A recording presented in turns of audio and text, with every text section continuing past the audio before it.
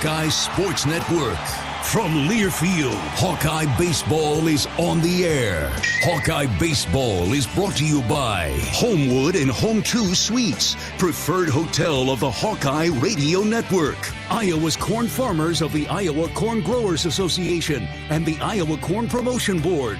When corn grows Iowa, Iowans win. Oak Knoll, an active life care community by University of Iowa Healthcare. Changing medicine, changing lives. And by Wimmer's Meats, the official hot dog of the Hawkeyes. Now live, this is Iowa Hawkeye Baseball. From the campus of the University of Iowa, it's baseball time in Iowa City. Live from Duane Banks Field, it's the series finale between the visiting Nebraska Cornhuskers and the Iowa Hawkeyes. Welcome to the broadcast booth alongside my fine color analyst, John Evans. I'm John Leo. How does a sweep sound this Sunday afternoon? That's what's on the line for the Hawkeyes, who have taken care of business in the first two games of the series over Nebraska. Iowa has now rattled off 4 conference wins in a row. They're 6-5 in the league and an impressive 28-10 overall. Nebraska's fallen to 21-13. They're 7-4 in the Big Ten, but you better believe that they'll be coming with a chip on their shoulder today to avoid the sweep. Iowa turns to veteran Ty Langenberg on the rubber today with a full complement of arms ready to go in the bullpen. The Hawkeyes offense will look to keep it rolling against their starter, Will Walsh. It's another chilly day in Iowa City with the series finale on tap.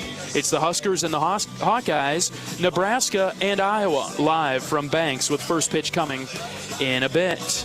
Well, Iowa opened the series with a high-scoring victory over Nebraska, 11-6 on Friday night. Some highlights from that one. 2 on and 2 out. The 2-1. Anthony drives it deep to right. Get going, baby. It is gone. Keaton. Anthony. Boom. Whitlock pitches this one. It's driven in the air to left. Shallow left. Wilmus coming forward. Still running. He slides, and he caught it. Oh, that was a close play, and Ben makes it for the third out. First pitch to Anthony.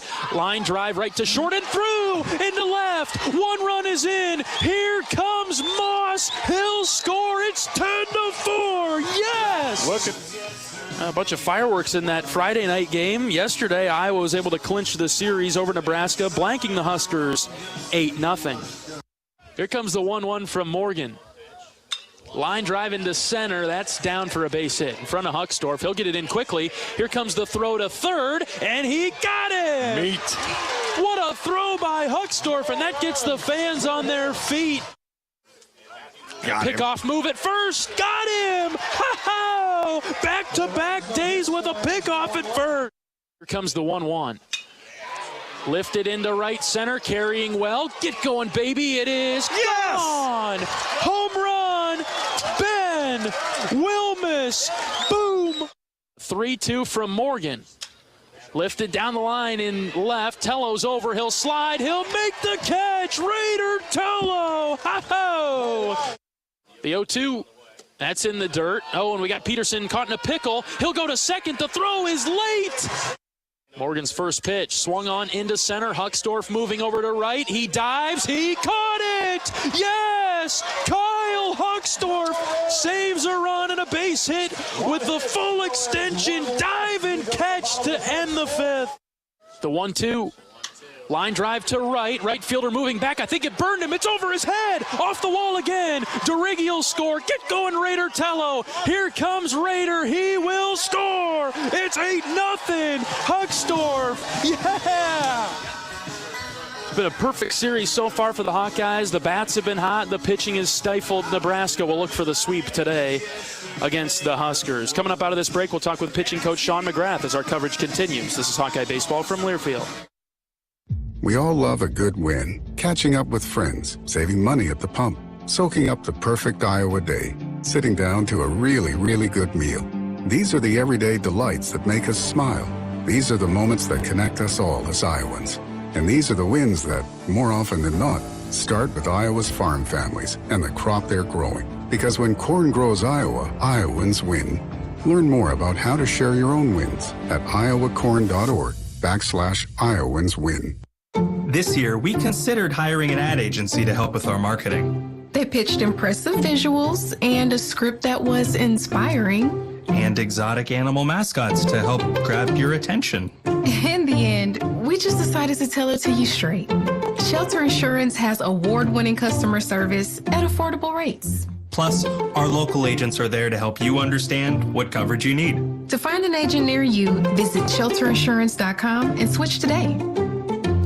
When you're in the eastern Iowa area, be sure to visit and connect with the official local business partners of the Iowa Hawkeyes. The Hotel at Kirkwood Center, Iowa's premier luxury hotel, the Jill Armstrong team, Wisconsin Realty, the area's premier realtor, and Options Exteriors, your preferred local roofing and exterior company. Jill Armstrong and her team strive to make every buyer and seller at ease with the real estate process. Contact the Jill Armstrong team, Wisconsin Realty, for all of your real estate needs. Call 319-631-5455. At US Cellular, we believe in having healthy relationships with our phones, so we can have better relationships with each other. Introducing US Mode, a way to set your phone for less distraction and deeper connection. So dinner can sound less like this and more like this. What'd you learn today? The sauropod was the tallest dinosaur ever. Oh my goodness. Visit US Cellular in-store or online, and we'll help set your phone to US Mode, even if you're not a customer. US Cellular, the 5G network built for us. See uscellular.com for details.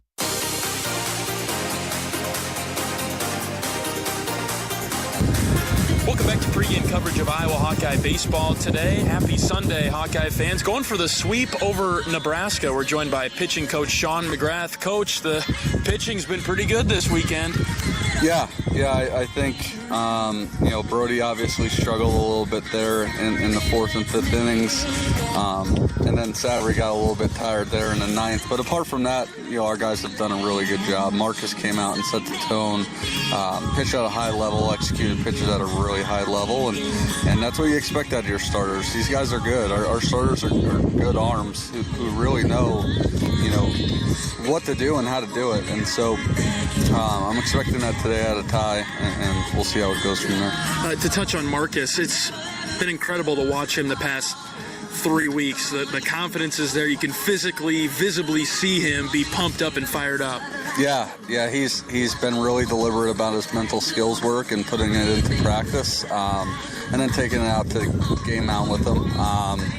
But yeah, he's confident. He's the energy's high right now, and like I said, he's able to keep the game simple, make simple goals for himself each and every game, and within that game plan, go and execute. Jack Whitlock, Aaron Savory, absolute nails, Coach. They've been good all year, and I had conversations with them in the beginning of the year, kind of saying like, hey, you may have to wait your turn, but when your turn comes, be ready to go and never look back. And I like to say, you don't often have a crystal ball, but with those guys who could really pitch, who are winners, got a competitive spirit, those guys are going to succeed, and you're seeing that now out of them. Jack was really good on Friday night, kept them off balance, was a good matchup after Brody, and then Savs came out and did what Savs does. He mixes 3, 4, 5 pitches in the zone, below the zone, and he did a great job. It almost seems like neither one of those guys has much of a pulse, though. They're just so level-headed and locked in. I think the most we get out of either one of them is maybe a head nod every once in a while from Savory. Yeah, you get a head nod, or Jack will come in the dugout and be a little bit fired up. But yeah, out on the field, it's about their process and their routine, getting through a full funnel in between pitches. And really, if you watch, nobody does it better than Whitlock. Whitlock's really good with his funnel, down to commitment and execution of the pitch. But those guys, they do a really nice job, and they really maintain, their energy level throughout, not getting too high or getting too low. Pitching coach Sean McGrath on our pregame show from Dwayne Banks today. What about some of the guys we haven't seen in a while, maybe since last week? Guys like Obermueller, maybe Simpson. How are they coming along? Yeah, coming along nicely. Cade, obviously, he had a rough time out, on Tuesday versus UIC. But he's been working really hard. He's been really intentional about what he does throughout the work week. Jerry's been quite good. I think you see Jerry today at some point. He's gone his last 4 outings, or 4 innings, and been largely untouchable with no walks, no hit by pitches. He fastball's back to 91, 94. Looks electric. So you'll see him today, and hopefully we get Volker out there and he's rebounded and looks a little bit more like the best version of himself and go from there. Ty gets the start today. A little bit of a different pitcher than Marcus and Brody. More of a contact pitcher, would you say? How are you going to attack the Nebraska lineup this afternoon? Yeah, I think Ty's actually a really good matchup for him, especially he's able to get the cutter and the slider to move left. But a changeup should be a really good neutralizer for him versus left-handers and right-handers. And then again, if he can make that ball move left below the zone with that cutter and the slider, he'll be in really good shape. But I told him today, take this one personal. Make it mean something to you. Pitch with your hair on fire a little bit, because like Whitlock, he's a little bit more steady Eddie. But when there's been points throughout this year when he's gotten fired up and he's been dang good, and so like to see a little bit more out of him today. Is there a sign early that we know if we see X, Y, and Z out of Ty, we know he's on? Is there something you're looking for early? Yeah, I think it's off-speed execution, particularly the cutter and the slider. The changeup generally doesn't waver. And then the days he goes and he limits damage and punches guys out, he's got those two balls that could turn left at a really high level. And if he's executing sliders, it's going to be a good day. This Nebraska team came into the series averaging 8 runs a game and really good in the Big Ten. And we've held them to 6 over 2 games. Coach, give yourself a pat on the back. Well, thanks, man. These pitchers have been really good, and we had a really good game plan against them. Their lineup's really similar to Indiana in that it takes a pro approach to beat them. You got to get above the barrel. You got to get below the zone. And our guys, just like Indiana, have executed at a really high rate and have driven counts into our favor. We've been living most of the weekend in 0-2, 1-2 counts, and that's where you want to be. That's where you want to be successful. Give yourself the best shot. All right, Coach, thanks for your time. Let's take down Nebraska one more time this weekend. I appreciate it, man. From Learfield. All right, pitching coach Sean McGrath on our pregame show from Duane Banks. We'll talk with head coach of the Hawkeyes, Rick Heller, right after this. This is Hawkeye Baseball from Learfield. Ooh, got my nachos, got my big TV, and my favorite chair. It's game time. But the only thing that would make it a little better is if I could listen to my local broadcasters while watching the game. Hello. You must have wished for your game to be synced with TV and radio. I sure did. Do you have a DVR? You bet. Do you have a streaming device? Yeah. Blammo! Your game is now synced. It's that easy. Oh, boy. To see if you can get synced, head to syncmygame.com from Learfield. Syncmygame.com? Syncmygame.com.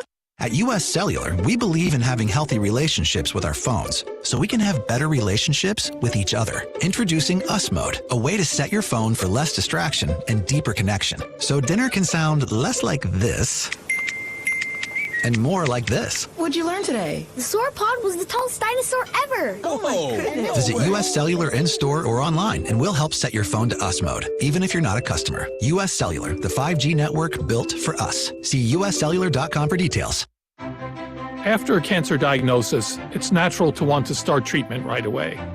But first, get a second opinion from a team that specializes in your cancer. I'm Dr. George Weiner, Director of University of Iowa Holden Comprehensive Cancer Center. Before you start treatment, you deserve to be confident you have the right diagnosis and know every option available to you. So whether it's with us or somewhere else, get a second opinion. It can change your care and your life. Hey everyone, I'm Mark Wahlberg, and I have some exciting news to share. At Wahlburgers, we are all about bringing the family together to enjoy a great meal and have a great time.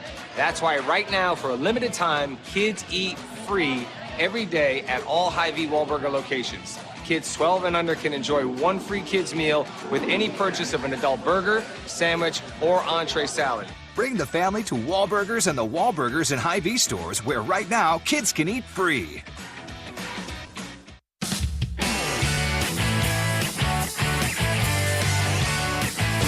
Welcome back to pregame coverage of Iowa Hawkeye baseball. Today, the series finale with Nebraska going for the sweep over the Huskers. We're joined by head coach of the Hawkeyes, Rick Heller. Coach, what a performance last night by your team. Yeah, it was a really good day for us. A really complete game. Started with Marcus Morgan giving us a tremendous start. As Marcus is, his best day, longest he's gone. A lot of real positives with his start, and then. Aaron Savory came in and did a really nice job, kind of ran out of gas in the ninth, and then Chaz Wheatley got the last out. But, 5 hit shutout.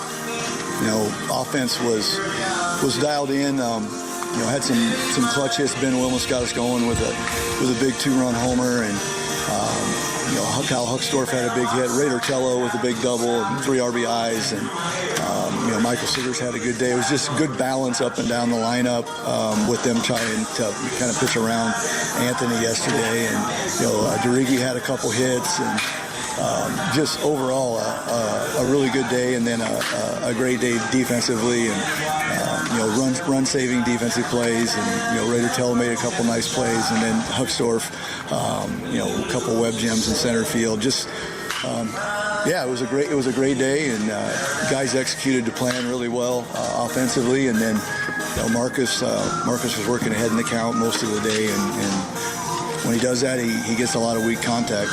I feel like that was the best game your team played this season? I don't know. Close. Probably the best game in a conference type situation. I thought we talked Wednesday night after Bradley that that one was about as good as it gets as well. I think we only had 1 free base, and and similar to yesterday where it was really solid in all areas. You talk about those championship title-winning type of defensive plays. We talked about those earlier in the season. Made a few of those yesterday. Yeah, we definitely did, and that's good to see. And with Langenberg on the mound for us today, Ty, he gets quite a bit of contact, and that was the pregame meeting with the infielders, and let's go into this wanting to make those type of plays, expecting it, hoping you get a chance to make one of those plays, and that's how you end up making those plays. Not just drifting out there on day 3, and you get surprised with a hard hit ball, and so that was what we talked about heading into our training before practice today. Was let's really look forward to it. Let's make some plays. Let's do a good job for our pitchers. Yesterday, you talked about the guys rising to the challenge for that Saturday game. Hey, yeah, we won the game on Friday, but got to keep it rolling into Saturday. Don't take your foot off the gas. They accomplished that mission, too. Yeah, they definitely did. They answered the bell. Yeah. You sense a little bit of desperation out of Nebraska today? Anything like that? I mean, I don't. Anytime you feel like that you're a contender, which they are, and first place coming in, and we're in the same boat. I mean, it sucks. It sucks when you have to focus on a result when results happen by a process, and so that's the dilemma that all baseball teams get into. Is like everybody says, well, you got to win this, or you got to sweep them, or Nebraska, we got to salvage a win today. When you say that, I mean, all it does is put pressure on guys, and that's the last thing you want to do in this game. And I know, I'm guessing Will wasn't real happy with how they played to this point, and especially with the lack of production on their offense. But on the other side, you got to give a lot of credit to our pitching staff and how we've been able to attack them, and to do it on a day that was absolutely miserable to play yesterday. That was the thing we didn't talk about when we were talking about the complete game that we played yesterday. Was we did it in horrendous conditions. We started the game with a real field at 28, and it didn't get much above that the entire day, and the wind blew, and it was really hard to stay locked in. And I feel like that us having those long innings in the 4th, the 5th, the 6th, that puts the defense in a really tough spot when you're making multiple pitching changes, and the innings are going 20 minutes, 30 minutes, and they don't have coats on, they don't have gloves on, and the further you get away from the stands, you get into the outfield. I mean, it's whipping out there, and you can get froze out. I mean, you just can, and that was the message yesterday for us. I mean, let's do our best to pound that strike zone and get our guys in and out of it, so that we can get in here, get warmed up, and swing the bats while we're still be able to feel our freaking hands. Yeah, right. These heaters can only do so much in the dugout. They can't do anything when you're out there. Yeah. I want to circle back to your initial point. You know, you talk about the process drive. What was your process-driven message today to the team, even though that result of a sweep would be pretty nice? Well, the message was very similar to Friday night, where we talked a lot about, you know, we had a great night on Friday. Things went our way. We have to follow that up, and you have to be locked in on the plan each day. It's like we had a great plan against Olson on Friday night, and we executed it. Well, if you don't start right after the game preparing for the next guy, that's when you end up with letdowns, and that's when you end up ill-prepared or not ready to go. And you know, you got to get your rest when you go home at a home game, and you got to go to bed when maybe family wants to go eat, or your girlfriend wants to hang out, or your roommates are up.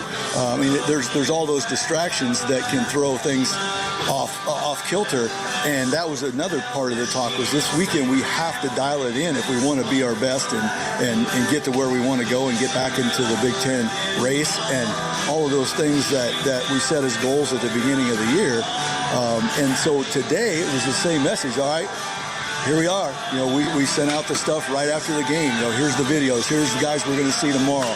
Here's the starter. Here's the plan on the starter. Then this morning, you know, Marty's going through the plan, and the message is, listen, unless we make it as meaningful as it was on Friday night when it was easy, to do it 3 days in a row is a challenge, you know, and when you've got all these distractions going on during the week or during the weekend, and that was the message. If we do that, we'll be in great shape because we have a great plan. The guys they're going to go to are basically the same guys that we saw on Friday night. That's what they want to do, who they want to go to, and we've seen them already. And let's execute the plan. And the guys are in right now working on it in the cages. So that's really it. And then just being dialed in mentally to be able to have that high level focus and that high level energy on a cold day on day 3. Head coach of the Hawkeyes, Rick Heller, on our pregame show from Dwayne Banks. Is there any benefit in treating this kind of like tournament play, Coach, where you just back-to-back, grind it out type of wins, big-time situations? Just really, that's what the season is. I mean, that's every day for us, and that's just what it is. And, you know, there's ebbs and flows. We all know that. I mean, it's a long season, 56 games, and, you know, you look at the Major League season, it's 162 games, and the worst team's going to win 50 or 60 automatically. Right. The best team, you know, everybody's going to win 50 or 60. It's what you do with the other 50. And in college baseball, unfortunately, there's not quite enough games for that to always work out, but it would if we did. Right. And the difference. So in college baseball, we treat every game like a playoff game because of our RPI situation, because of we're a northern school having to travel south, and so that never changes for us. Every game we play, whether it's midweek, weekend, conference, non-conference, we play it like it's a playoff game, and that's how you have to. And like Coach McGrath was saying, you know, being in pro ball the last 2 years, it's not like that. You know, there's a lot of games, you know, 162 games. If something happens to the starter, he just has to go to 5 innings or 4 innings. You know, they don't take him out very often. They just assume they're going to lose that game. Yeah. You know, we have to find a way to try to win that game. And that's the approach we take with every game. Coach, your team would win a lot of playoff games with the offense the way it's playing lately. Yeah, for sure. And you know, we're seeing some signs of guys coming back to life, and that's a good thing. And, you know, here we are in, what is this, 9, 10, 11, what game? 10, 11, 12. Yeah, so game 12, right? And we're in game 12, and we've had one day where the wind blew out. And you know what I'm saying? It's weird. This game is so weird. And I remember years when we didn't have, you know, as much offense, and we'd be hoping for days like this because our pitching was good. And of course, that's how that works out. Yeah, that's how it works out, you know. And anyway, our guys stepped up, grinded it out, had some clutch hits yesterday, and we just got to go. You know, today we're facing a guy, Walsh, who's also a position player. He's a left-hander. Not a high velo guy. He's an 80. I mean, he can get it in there. He can sneak it in there in the 88, 89 because he throws a ton of breaking balls. Kind of a swervy breaking ball. I would hesitate to call it a slider, but you know, slider-ish, serve-ish. And then his big pitch is his changeup. And it was, you guys were watching in the booth. Basically, we have to swing at the one that is really elevated and from the middle of the plate in. If it starts middle of the plate, it's going to go off the edge, and that's what he wants you to do. So our discipline on being able to recognize early and really lay off of that is going to be what dictates our success against Walsh. He doesn't walk a lot of guys, at least statistically. After watching the video, I think Marty and I both believe there's some walks in there. He's got a lot of chase from teams, and that's what we feel like we excel at when we're really on the game offensively, is not chasing that stuff. But he's got good arm action on it. It's a good pitch, slow, so it's tempting, and that's what you guys can be looking for up there. And I don't think they're going to change the way they pitch. I think that's how he does it every time out, and it's up to us to go in there with a good plan and execute.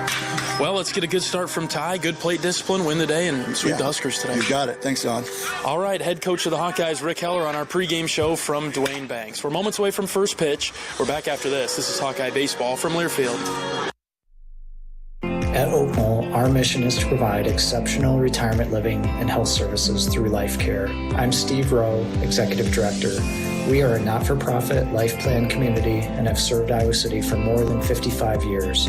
Our team helps residents create home by living our values of caring, respect, enthusiasm, awareness, teamwork, and encouragement. If you're looking at retirement options, visit our website at oaknoll.com. We want you to lead life your way. Go Hawks! Hey everyone, I'm Mark Wahlberg, and I have some exciting news to share. At Wahlburgers, we are all about bringing the family together to enjoy a great meal and have a great time. That's why right now, for a limited time, kids eat free every day at all Hy-Vee Wahlburger locations. Kids 12 and under can enjoy one free kids meal with any purchase of an adult burger, sandwich, or entree salad. Bring the family to Wahlburgers and the Wahlburgers and Hy-Vee stores, where right now kids can eat free.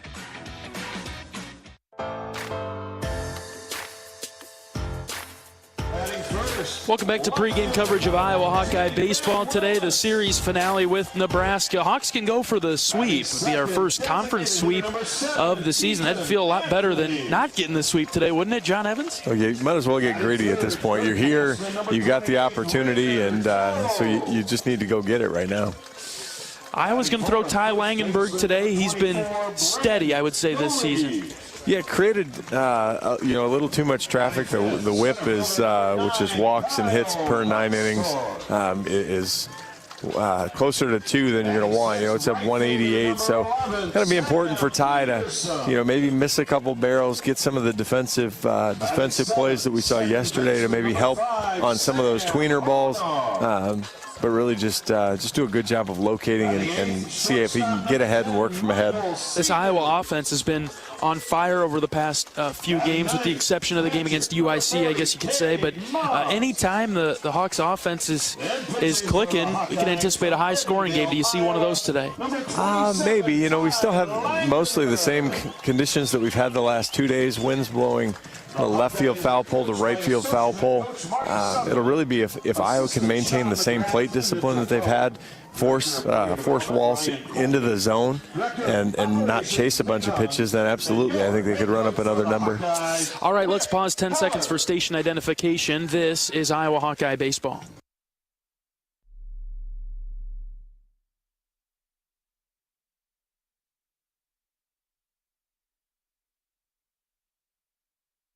We'll step aside for today's national anthem. We're back with lineups and first pitch right after this. This is Hawkeye baseball from Learfield. Knowing that I can make a difference in my patients' lives keeps me motivated every single day. Hi, I'm Dr. Kanya Ferguson at University of Iowa Healthcare. With academic medicine, we see the toughest cases, so we're always innovating. And we bring the best minds together to collaborate, so there's more brain power focused on you. Because that leads to exceptional care for our patients and our community. See how at uihc.org.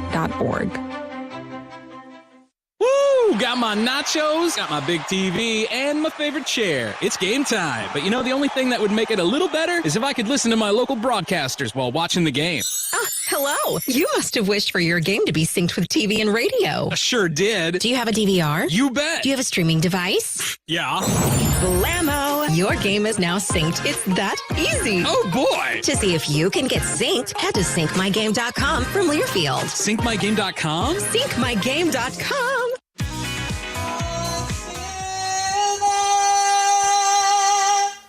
Oh, sing us that star-spangled banner yet wave o'er the land of the free and the home of the brave. All right, national anthem is complete today. Just moments away from first pitch between Nebraska and Iowa. The series finale, Hawkeyes going for the sweep after taking the first two of the series, winning on Friday 11-6, winning yesterday 8-0. Colors being retired on the field. It is Military Appreciation Day today in Iowa City at Duane Banks for today's game, honoring those that are serving, have served in the United States military. Iowa 28-10 on the season. Nebraska 21-13. Good crowd on hand this Sunday afternoon, although maybe the lightest crowd of the weekend. That's kind of hard to believe because it's the best day weather-wise, it feels like. Well, there's this strange thing in the sky that produces light and heat. It's very weird. We'll see how that goes the rest of the day, but it's nice to see an appearance right for now. The sun is out in Iowa City today. Wind blowing out to right a little bit. It is in the mid-40s, and I'll call that a beautiful day in Iowa City. That's nearly as good as we've gotten so far this year, so we'll absolutely take it. We'll take it today in late April. All right, it's time for today's starting lineups. We'll start with the visiting Nebraska Cornhuskers, 21-13. They're 7-4 in conference play. Head coach is Will Bolt in his fourth season. Bryce Matthews leading things off. He's their shortstop, followed by Casey Burnham and Max Anderson. Gabe Swanson, Garrett Anglem, and Ben Columbus make up the middle part of the order. Josh Caron, Ephraim Cervantes, and Cole Evans, 7, 8, 9 for the visiting Huskers. For Iowa on the flip side, Hawkeyes are 28-10. They are 6-5 in the Big Ten. Impressive 14-2 home record. Head coach of the Hawkeyes is Rick Heller in his 10th season. Defensively, Brennan Deriggi at first, Sam Honar at second, Michael Seegers at short. Over at third is Raider Tello. In the outfield left to right, Ben Wilmus, Kyle Huckstorf, and Sam Peterson. Behind the plate doing the catching today once again is Cade Moss. On the mound getting the start for Iowa, the junior right-hander from Urbandale, Ty Langenberg. Start number 9 for Ty on the year. Appearance 11. He's 3-2 with a 4.87 ERA, 40 2/3 innings, 55 hits, 24 runs, 22 of those earned, 20 walks, 48 strikeouts. And where you want to see Ty kind of improve if you're a Hawk fan, 325 batting average. And so, kind of shown some improvement since the move to the bullpen and then back into the starting rotation, but just going to need him to continue to work on that, throwing strikes. He's back on the mound to start his warm-up tosses today. The sense that this game might be any different than the first two. I'm not talking about outcome, but just the way it's played. Iowa has had a grip on both games from start to finish for the most part, it feels like. Well, and you know, Nebraska is an outstanding hitting team, so at some point you really kind of expect you don't expect to shut them down for all 3 games in a series. And but one of the things that Coach Heller said kind of struck me with one of the things that you and I talk a lot about. We talk about hockey, and with playoff hockey starting, if you fall behind 2-0 in the series, the third game obviously isn't must win, but it's almost must not lose. Yeah. And so Nebraska isn't in a must-win situation. The season will go on, and they'll still have a chance to achieve most all of their goals if they lose today. But that application of pressure, of feeling like you have to win it and getting away from what your process is, it'll be interesting to see how the Big Red deal with it, and if Iowa can kind of work with Prosperity a little bit, stick to their process, and really kind of drill down and say, hey, this is what we've done to win 2 games and bounce back in the midweek game. How do we continue that streak? Love what we heard from Coach McGrath in pregame, right? He sort of challenged Ty and said, hey, go out there with your hair on fire. Let it rip today, young man. Well, he's such a calm guy, and there's no doubt he has that fire. It's just you don't see it, and so it's, hey, maybe can you get one of those little quiet fist pumps? Maybe see the Ty Langenberg we saw a little bit more often last year. Introduce him to the 2023 season and finish it up strong. All right, we're seconds away from first pitch. We're ready for it now as Bryce Matthews is in the box. First pitch from Langenberg is high for a ball. We're underway from Iowa City. First pitch at 1:05. A good job landing right on the starting times all week. All 3 games. There's a swing and a miss and a good pitch from Langenberg. Went with the changeup low and out. Counts 1-1. And that'll be a big pitch for Ty today. To throw that and get a lot of swing and misses down low.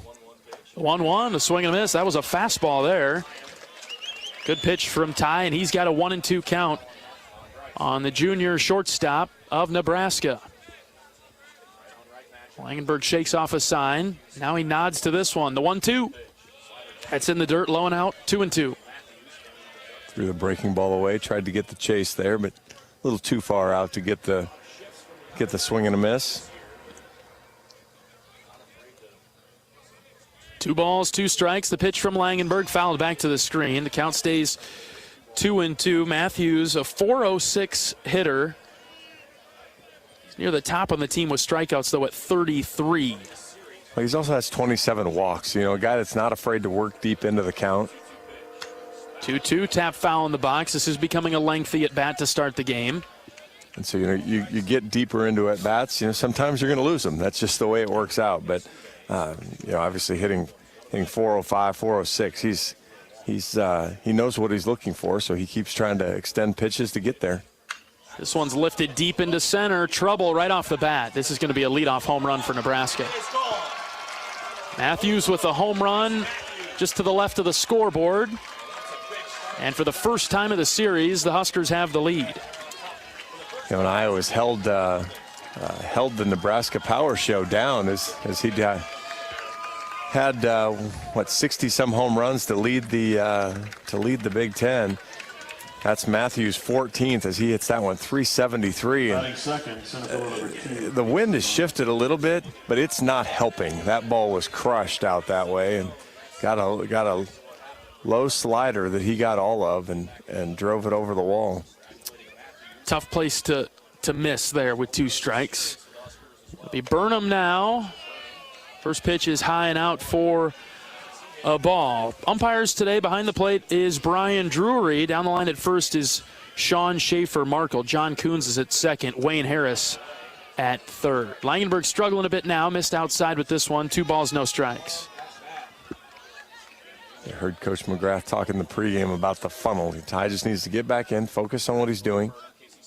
Burnham squares the bunt, and this is down the middle, but Moss dropped it. And I think that phased the umpire. He called it a ball. I don't know how that ball isn't a strike, other than just confusion about the bunt and the action, all the action going on. 3-0 pitch is low and in. 4-pitch walk of Burnham. And Nebraska is off and running in the first. Number 4, Max Anderson.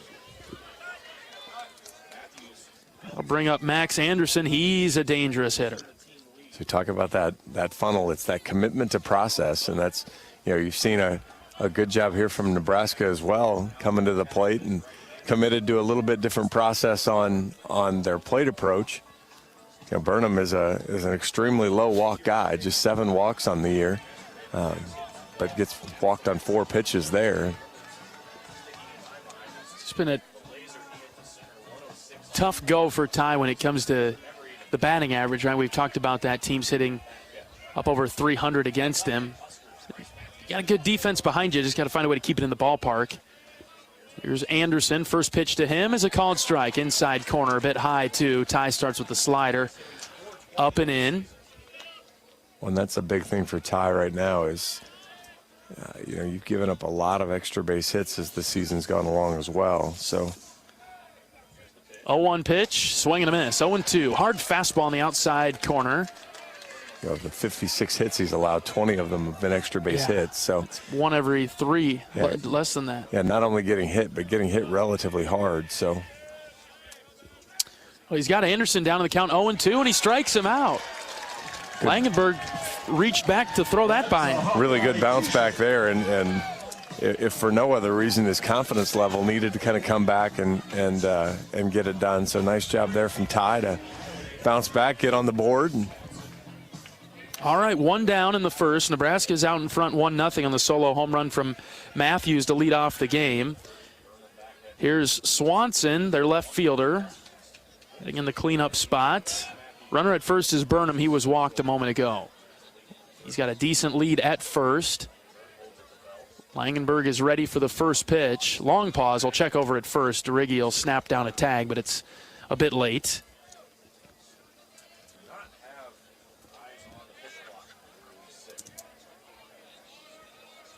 Swanson again, the Central Iowa from Johnston.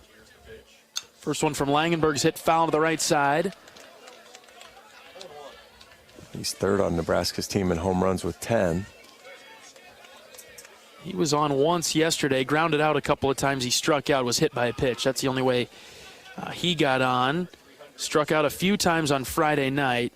Did single in a run late in that one. He's down in the count right now, 0-2. Langenberg looks a little bit better the last 2 hitters.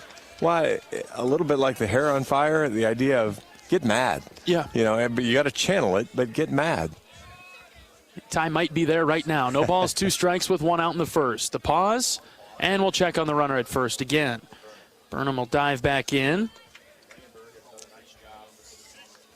Keeping him close. What kind of threat is Burnham to run? Is he 1 at all? 7 for 7. All right. So good chance. Moderate threat. Yeah, good chance he might go somewhere. Looks like he's second on the third on the team. There he goes. This is a swing and a miss. Foul tip. Throw down is not he's in out. time. Interference. Oh, hold on a minute. Called him for interference at home plate, so strike him out, throw him out. We're out of the inning. An unconventional strike him out, throw him out double play. We'll take it. We saw that against the Hawkeyes, it was a month or so ago, but it'll work. Get Ty out of the jam. All right, that's good stuff right there. The Huskers score 1 on the leadoff home run from Matthews. Wilmus, Anthony, and Tello will try to answer when we come back. This is Hawkeye Baseball from Learfield. We all love a good win, catching up with friends, saving money at the pump, soaking up the perfect Iowa day, sitting down to a really, really good meal. These are the everyday delights that make us smile. These are the moments that connect us all as Iowans. And these are the wins that, more often than not, start with Iowa's farm families and the crop they're growing. Because when corn grows Iowa, Iowans win. Learn more about how to share your own wins at iowacorn.org/IowansWin. You probably know that a natural gas leak smells like rotten eggs. But what does a gas leak look or sound like? If you hear a whooshing or hissing sound, see dirt, dust, or water spraying from an area, or you get dizzy or queasy, leave the area immediately, then call 1-800-595-5325 once you're safely away. See MidAmericanEnergy.com for more safety tips. Paid for by the customers of Mid-American Energy. That might be a high-scoring game today. Nebraska gets 1 in the top of the first. Their first lead of the series. Iowa will look to counter with this lineup today. Ben Wilmus leading things off in left, followed by Keaton Anthony and Raider Tello. Brennan DeRiggi is the first baseman batting 4th. Kyle Huckstorf and Sam Peterson to follow him. Sam Honar, Michael Seegers, and Cade Moss, 7, 8, and 9. On the mound for Nebraska today is Will Walsh, a left-handed pitcher from Leawood, Kansas. 2-1 on the season, a 3.04 ERA, 23 2/3 innings, 17 hits, 9 runs, just 8 of those earned. Low walks, just 4, 24 strikeouts. Pitched great last week at Nebraska. 5 scoreless innings, just 2 hits. As Wilmus swings and miss at that low changeup already. And that's the key today is the changeup of Walsh is a very good pitch. A lot of break on it. The 0-1 to Wilmus. Catches the outside corner, now 0-2. The fastball will be in the upper 80s, might touch 90. It's in the dirt. Good eye from Ben. But then a good curveball, good changeup mix. And again, you're going to see him around the plate. So Hawks will have to elevate to a place they like it and then try to move it around that way. 1-2, Wilmus to short, through into left center field as he clubs that into the outfield for a base hit. Good start for the Hawkeyes offensively. Wilmus is on. Really interesting there. You saw Matthews just start to shift to his right and almost took himself right out of the hole where Wilmus hit it through. So it's like they wanted to play Ben to pull and then took himself out of the spot. What a series Wilmus is having. Doing a really nice job. Kind of growing into that leadoff role and kind of recognizes that it might be his now, and he's done a really good job with it. Here's Keaton Anthony, takes one right down the heart of the plate to start his at-bat. Nebraska in red uniforms with Huskers spelled out in white across the chest. Gray baseball pants for Nebraska today. Red ball caps with the white N on the front panels. Anthony sends this to right, carrying well towards the wall, caught on the run in the corner. Evans caught up to it and made the catch. Wilmus has to stay put at first. Keaton gave it a ride, but he is out number one. Iowa today in their Sunday gold scripts. Black Iowa spelled out in script across the chest. Black numbers on the backside. White baseball pants for the Hawkeyes. In the field, they're wearing digital camo ball caps today with the black block eye on the front panel. The camo made up of brown and green. Different shades of those colors to honor military veterans today. Military appreciation game in Iowa City. Here's Raider Tello into the box. Moved up today to bat in the 3 spot. First pitch to him is swung on and missed. Yeah, and that's that. Coach Sutherland kind of gave me when that changeup moves, it could just kind of drop away from the right-handed hitters. And the way he described it was, you'll just run out of bat. That makes a lot of sense. 0-1 pitch is up and in for a ball. Walsh isn't particularly fast to the plate, but being left-handed, Wilmus has a little bit of a one-way lead at first. So, again, all the way over on the third base side of the rubber. The pitch to Tello down the middle. 1-2. Different. He's got a few different pitches that he goes to. That was the fastball on the inside, but still had a little two-seam break on it. It broke back in. Tello's choked up on the bat now, ready for the 1-2. Here it comes. Flied foul to the right side. That'll get out of play. The Hawks have done a good job both days with kind of running starters pitch count up and chasing them early. So, even if you aren't productive, you want to just kind of keep, you can get something going another way. Yeah, this one's low and in on Tello's feet. He skipped out of the way. 2 balls, 2 strikes. You kind of assume that Nebraska's going to go with the pitchers we saw on Friday when we get to the bullpen, hopefully sooner rather than later. Here comes the 2-2 to Tello. That's low and out. Good backhand stop by Karen behind the plate. Counts now full for Raider. Good job battling back, getting the county likes here. Get it all even back up. See if put Wilmus in motion. There he goes. Here's the pitch. That's low. Ball 4. Gets away from the catcher briefly, but the Hawks have 2 on with 1 out for Brennan Durigge. Nice at bat there from Raider. And again, this is what we've talked about all weekend so far, is that Iowa's done a really nice job. You've got a guy that's only walked 4 hitters in 23 2/3 innings, and all of a sudden they're able to work a count, come from behind there, and draw the walk. Coach Heller talked about that they thought they could get a few more walks than that out of the pitcher today for Nebraska. Durigge swings and misses on the outside fastball, 0-1. So Iowa drawing their first walk of the day. Tello stands at first. Wilmus out there at second. Iowa trying to tie it up in the first. Pitch to Durigge. That's down the middle, and he's puzzled by it. Didn't swing. He's down 0-2. Yeah, you take a team that came in not having walked a ton of guys, just 2 or 3 a game. 0-2 pitch, grounded to first, picked up by the first baseman there. He steps on the bag, and that's all he'll be able to do. Durigge is out there. Runners at second and third for the Hawkeyes with 2 outs, and in steps Kyle Huckstorf. Good pick by Columbus there on the short hop. Was able to just step on the bag. Kind of thought about maybe making a throw, but didn't have a place to go. But just going back to the walk thing a little bit, when as a team only averaging 3 walks a game, the Hawks have drawn 18 walks in the first 2 games. Here's Huckstorf. First pitch drifts inside to Kyle. The Hawkeye center fielder. Kyle had an outstanding defensive play yesterday, a couple of them with a throw to third to get a runner there and a diving catch in the gap. This one's low and into him once again. 2 balls, no strikes. We're trying to get Kyle's bat going again to where he'd like to see it. He's hitting .302, but maybe slumping a little bit. Has had a couple of clutch hits this weekend, however. 2-0 pitch to Huck. That's in the dirt. It gets away from the catcher, but it goes down the third baseline, so Wilmus has no chance to come home. The ball bounces the other way. Might have a chance going that way, but kind of do. Huck had an absolute rope out to right field yesterday. Got it over the right fielder's head. He did say the diving catch in center field. He caught it clean. No snow cone.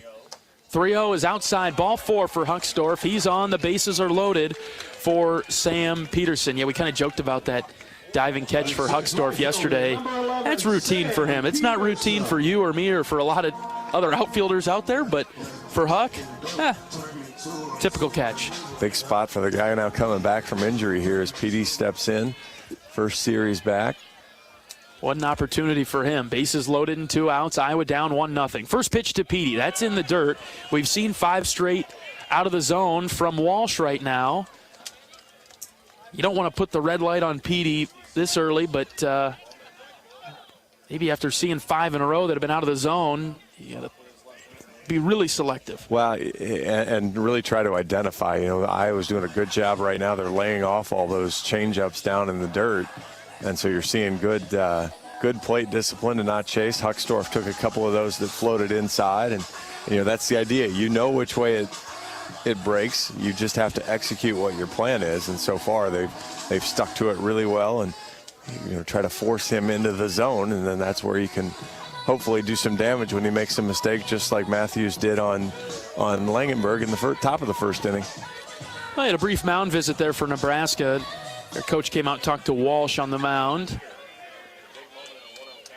1 ball, no strikes with 2 outs. The pitch to Peterson, inside ball 2. That's 6 in a row now that have missed from Walsh. That one was close, and he went back to the fastball there to try to spot it up, but couldn't quite get it done, and you're not really going to earn a call after the way he's been all over right now. The pause, the 2-0, right down the middle, a little bit low in the zone. It's a called strike, 2-1. It's a really good pitch on 2-0 to come back, and it's not really a get-me-over as he threw it down low in the strike zone. Good spot. 2-1, hit on the ground is short. Matthews has got it. He'll throw it to second for the force out. No runs, 1 hit, no errors. So Walsh gets out of the jam in the first. Iowa leaves the bases loaded. Nebraska 1, Iowa nothing. We're back for the second inning right after this. This is Hawkeye Baseball from Learfield. At Oak Knoll, our mission is to provide exceptional retirement living and health services through life care. I'm Steve Rowe, Executive Director. We are a not-for-profit life plan community and have served Iowa City for more than 55 years. Our team helps residents create home by living our values of caring, respect, enthusiasm, awareness, teamwork, and encouragement. If you're looking at retirement options, visit our website at oakknoll.com. We want you to lead life your way. Go Hawks! When you're in the eastern Iowa area, be sure to visit and connect with the official local business partners of the Iowa Hawkeyes. The hotel at Kirkwood Center, Iowa's premier luxury hotel. The Jill Armstrong team with Skogman Realty, the area's premier realtor. And Options Exteriors, your preferred local roofing and exterior company. Handling all of your exterior needs from roofing, siding, windows, and gutters, they've got you covered. Providing free damage inspections and help filing insurance claims. Call 319-343-6376.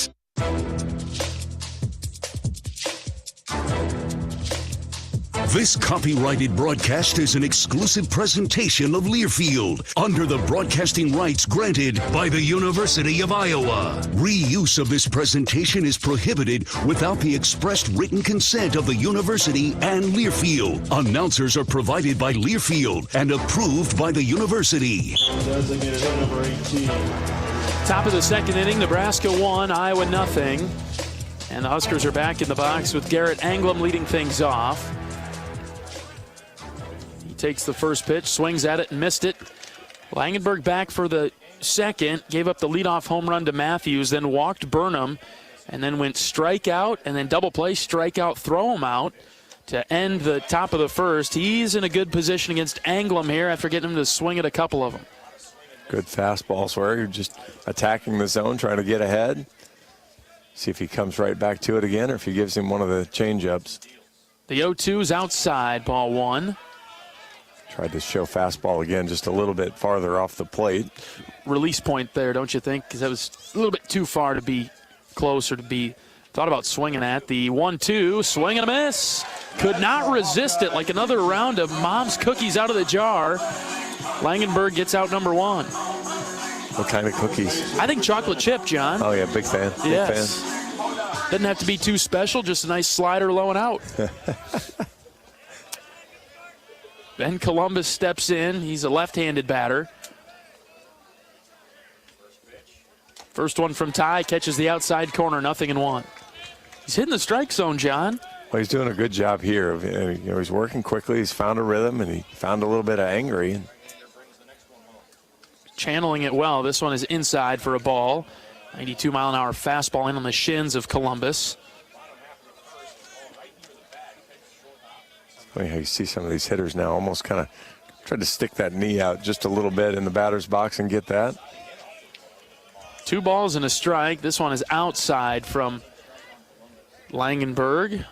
Cade's having he's giving a little issue catching some of the pitches from Ty right now. 2-1 on its way home. That slipped out of the hand. Ball 3. See that slider pop out. Yeah, just when you kind of felt like you had a good rhythm and good action going. 3 straight balls here and really non-competitive for the most part. 3-1 off the end of the bat. Hit foul in the air to the left side. Counts now full. We'll see Tello at third jog over towards the middle of the field now, putting the shift on with 2 strikes. Yeah, left-handed hitter now. No chance he's going to lay down a bunt with 2 strikes. Here comes the 3-2 from Langenberg. Ground ball to short. Seegers charging hard. He bobbled it. He'll pick it up, throw on the run. Not in time. Went down to get it, and it never went into his glove. That was going to be a tough play the whole way there, as the ball never really came up. So Roller just stayed on the turf. Catcher, number 5. You almost have to get your glove somehow under it, where a lot of times you can just kind of get your glove behind it. In that case, never getting the hop, he wasn't able to quite get the scoop to get it up in the air so that he could make the throw. Think that'll be an E6, John? Probably. Close. We'll have to wait and see. Here's the catcher, Josh Karen. Slider just drifting out. Gave it a hit. And have given Columbus a single. So he stands at first with 1 out in the second. Nebraska 1-0. Here's the pitch. That's outside again. Ball 2. Slider's close, but Karen, unlike Anglem, is not swinging at it. Yeah, 2 good pitches there, but off the plate. So somewhere in there, you've got to make an adjustment, and you start getting behind hitters. 2-0's a fastball high. Ball 3. You start creating a little bit of extra angst that you don't necessarily need or want after kind of mowing through after the home run and into the first out of this inning. He started having trouble here again. 3-0's a fastball down the middle, 3-1. They've already changed that call. Not a single for Columbus. They have changed it to an E6. The error on Seegers. Makes more sense to me. Yep, we can get behind that. 3 balls and a strike. Langenberg's got the sign, the pitch. Swing and a miss. Ooh, he chased it. That was ball 4. But Karen went after it and missed it. Saw that yesterday. Marcus Morgan caught a break on a 3-1 pitch where a guy went fishing and shouldn't have swung at it. Would have walked, and then Marcus was able to finish him off. See if Ty can do the same thing. Full count pitch to Karen. Now check on the runner at first before that. Columbus is back in safely. Not a huge stolen base threat over there at first.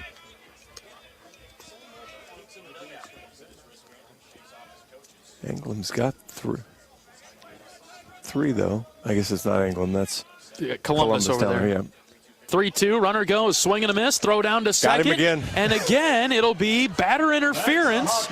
And so we end the second the same way we end the first. Well, and that time I was very specifically watching for it. He chases a low and outside pitch. It's really not, it is the hitter's fault, but it's not. He goes chasing that pitch. He falls across home plate as soon as Moss jumps up to throw it. Of course, there's traffic that's not supposed to be there. Knew he was going to be out no matter what the call was, and the umpire calls it right away. away. This is like that double play game at Indiana where we turned a ton of double plays early in the game. We get 2 batter interferences on Nebraska and 4 strikeouts now for Ty Langenberg. We go to the bottom of the second. Iowa trailing 1-0. Back after this. This is Hawkeye Baseball from Learfield. At Oak Knoll, our mission is to provide exceptional retirement living and health services through life care. I'm Steve Rowe, Executive Director. We are a not-for-profit life plan community and have served Iowa City for more than 55 years. Our team helps residents create home by living our values of caring, respect, enthusiasm, awareness, teamwork, and encouragement. If you're looking at retirement options, visit our website at oaknoll.com. We want you to lead life your way. Go Hawks! After a cancer diagnosis, it's natural to want to start treatment right away. But first, get a second opinion from a team that specializes in your cancer. I'm Dr. George Weiner, Director of University of Iowa Holden Comprehensive Cancer Center. Before you start treatment, you deserve to be confident you have the right diagnosis and know every option available to you. So whether it's with us or somewhere else, get a second opinion. It can change your care and your life.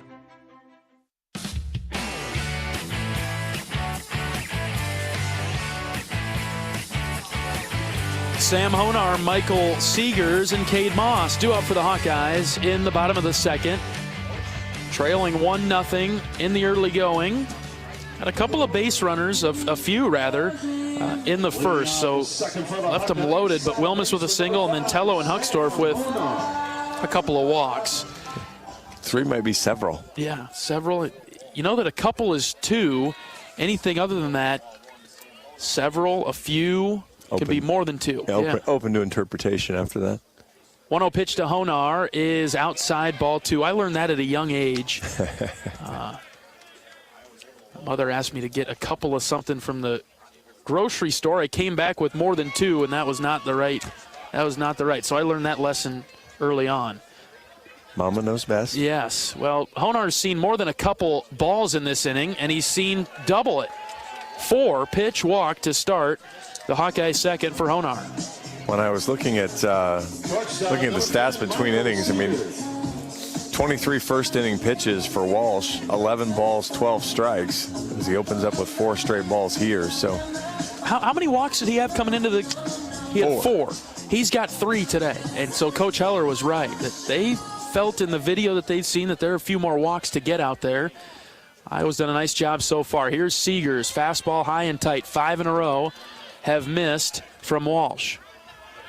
Well, that's just saw really good plate discipline the last 2 days from the Hawkeyes, and you've certainly seen it now as you've got a little bit more urgency building in the Husker bullpen. Yeah, we've got a mound visit from the catcher. He'll head out to the mound and let that pitcher get loose out there. Boy, that'd be rather significant if Iowa gets to the bullpen before, I would say, the 4th or so. It'd be all games this series that's happened. Cervantes even came in and had a little chat. Not sure what his role in the conversation was, but maybe and it could be a little bit of bunt coverage. Seegers did show bunt there. So, hey, I've got this side. You cover the first base side. So Honar's at first. Here's Seegers. There's a strike. Middle away. 1 ball, 1 strike to the Hawkeyes shortstop. Michael's done a nice job. He's batting .264 down in the bottom portion of the order now. Don't be surprised to see the bunt go back on. You just needed to see a strike first. No need to give yourself an out when he's not throwing strikes. He squares to bunt and hits it over the third baseman's head. Honar's going to round second, head for third. How about that sequence for the Hawkeyes? Michael Seegers with a single. What was that, John? That couldn't have worked out any better. Seegers shows bunt. Cervantes comes in a couple steps. Seegers pulls it back, hits the chopper off the turf, and bounces right over his head. Worked to perfection on the hit and run there. Couple of runners on for Iowa now in the second. Here's Cade Moss, and he's had some clutch hits this weekend. Moss in the box. He got things going yesterday in the 6th to kind of help us put the game away with a double. Drove that out into left center field, right into the teeth of that wind yesterday. Walsh will throw it over to first to keep Seegers close. Iowa within striking distance now in the second, trailing 1-0. That gap is large out there for Moss in left center. First pitch to him, high and out, ball 1.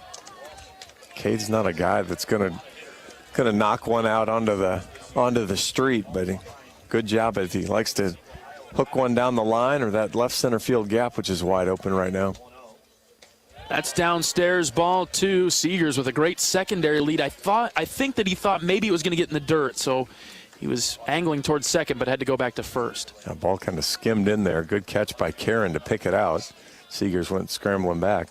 2-0 pitch. Moss pops it up right side, down the line, and carrying well to the corner, off the wall. It's over the right fielder's head. Honar scores. Here comes Seegers. He'll score. Hawks lead on the triple for Cade Moss. Yeah! I know it's the first one of the season. I got to check. Probably the first one of Cade Moss's career. I take all the stuff back I said about maybe not having the power, as that ball just kept going, drifting. That is his first career triple as he bangs it 333 off the wall to drive in 2. Well, we set the table a little bit that, he's the only Hawkeye in the starting lineup that doesn't have a home run on the season. That one almost got out to right. Iowa 2-1 now. We're back to Wilmus at the top, a swing and a miss on the first one. I thought Moss was going to make us look silly up here and hit it over the fence. Oh, really got that one. Now, Wilmus has got to go back to the discipline here. The Hawks have really scrambled here. Ben shoots this into center, right to the center fielder.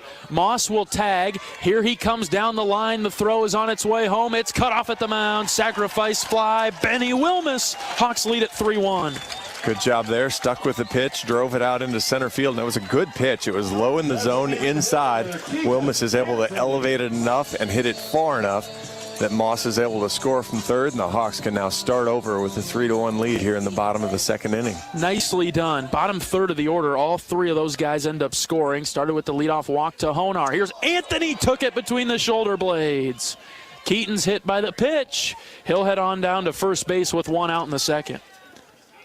Keaton Anthony, team leading 13th hit by pitch. Got intentionally walked a couple times yesterday. Oh, the big red bus right now is wobbly, John. The wheels are about to come off their spokes, huh? If you're going to get hit by a pitch, a 75-mile-an-hour floating curveball is probably the one to do it. Tello's in there. First one is low to Rader. But just kind of going back, he's had this might be it. He's had a really hard time finding the strike zone, and that will do it already. Nebraska's starter is chased in the second. He'll last 1 1/3. And much like the first 2 games of the series, the starting pitching for Nebraska, they've had to get him out of there early. And the Hawkeyes chase Walsh, getting 3 runs across in the second so far. Not done yet. Runner at first in Keaton Anthony with 1 out. Rader Tello's the batter. We'll see who the next Nebraska pitcher is right after this pitching change break. We're back with more. Iowa 3, Nebraska 1. This is Hawkeye Baseball from Learfield. At Oak Knoll, our mission is to provide exceptional retirement living and health services through life care. I'm Steve Rowe, Executive Director.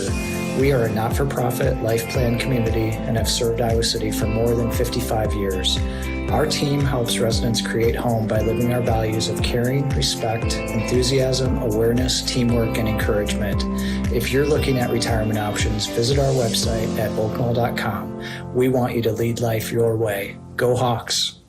At US Cellular, we believe in having healthy relationships with our phones, so we can have better relationships with each other. Introducing Us Mode, a way to set your phone for less distraction and deeper connection. So dinner can sound less like this and more like this. What'd you learn today? The sauropod was the tallest dinosaur ever. Oh my goodness. Visit US Cellular in-store or online, and we'll help set your phone to Us Mode, even if you're not a customer. US Cellular, the 5G network built for us. See uscellular.com for details.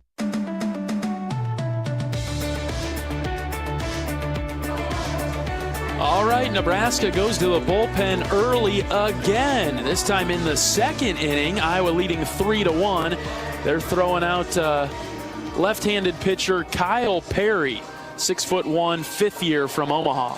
Perry has a save on the year in his 8 appearances, .497 ERA, 12 2/3 innings, 10 hits, 8 runs, 7 of those were earned, walked just 2 and struck out 12, opponents hitting .222. He has hit 5 batters though. Look for a fastball right around 90 plus or minus a little bit. Changeup, kind of the same idea that we just saw. The changeup likes to throw it, but doesn't tend to throw it in the strike zone. So if the Hawkeyes can identify it and make sure that the off-speed stuff is in the zone if they're going to go swinging, they should get some fastballs to hit again.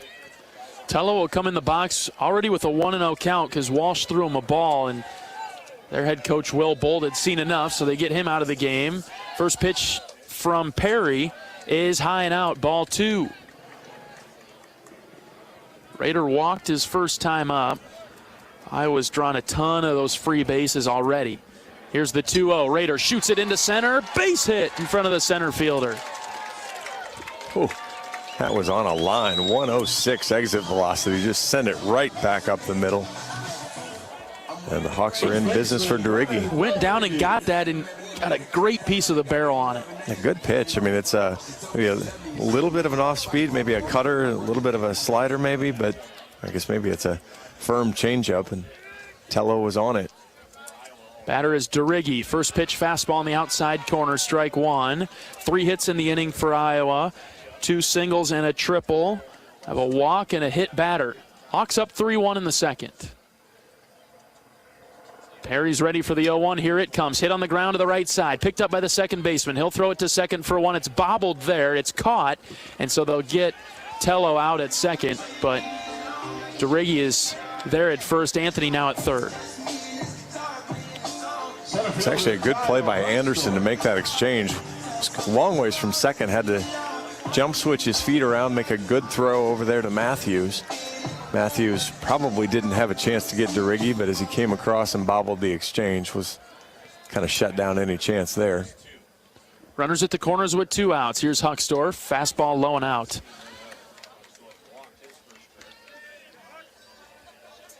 And you could see, Anthony will have to be alert. Balls are still going in the dirt, especially those changeups. The 1-0 hit on the ground is short. Matthews, he'll bring it in, throw it across to get Huckstorf at first base. So Iowa strands a couple, but they score 3. Iowa with 3 in the inning. A 2 RBI triple from Cade Moss, followed by a sacrifice fly from Ben Wilmus.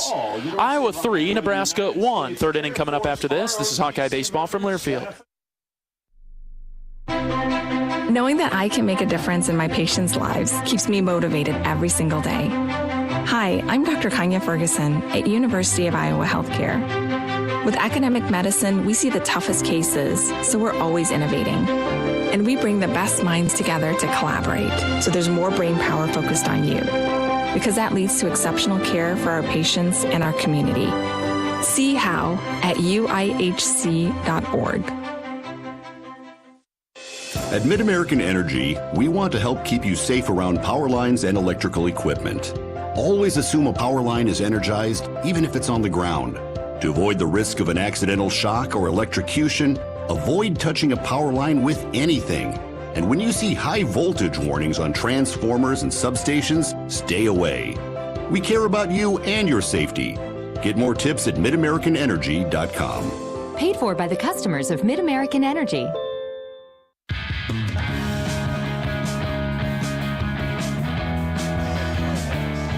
Ty Langenberg throwing his final warm-up toss before the third inning. Iowa 3, Nebraska 1. So after we get 3 in the second, let's hold them to nothing here in the third. It'll be 8-9-1, Cervantes, Evans, and then back to the top with Matthews. Langenberg's got 4 strikeouts today. Well, and the ones he hasn't struck out, he got the catcher interference on. So it's been a really interesting way to get the 6 outs so far through 2 innings. But Ty's got a habit of that, doesn't he? Well, yeah, the 4 straight innings with double plays at Indiana. Great start against Cervantes with a breaking ball low and out, but called a strike. I'd take a little bit more traditional 3 up, 3 down this inning. 0-1. High fly ball to right. This will get out of play over towards the batting cages. Nothing in 2. Ty's throwing a lot of strikes. We're keeping that theme going, and I like that. Yeah, he's up over 60% strikes so far, so a good spot to be. 0-2 pitch. Again, popped foul and out of play over to the right side. Well, because if you get, at 0-2, you get Cervantes to swing at a pitch like that. If it's 2-0, he probably doesn't, and it's 3-0 then. So, it changes the whole at-bat when you can pitch from ahead. 0-2 delivery. That's a slider way out. Ball 1. Ty's got that intimidating presence on the mound as a pitcher. He brings his glove really close to his face. The only thing you can see is maybe a little bit of his eyes poking out as he holds it up close to his hat. Here comes the 1-2. We tried to bring it back with a fastball, 2-2. Especially with the camo hat today. Yes. Just got his eyes peeking over the top of his glove. The 2-2, line drive right to Derigi. He caught it, out number 1.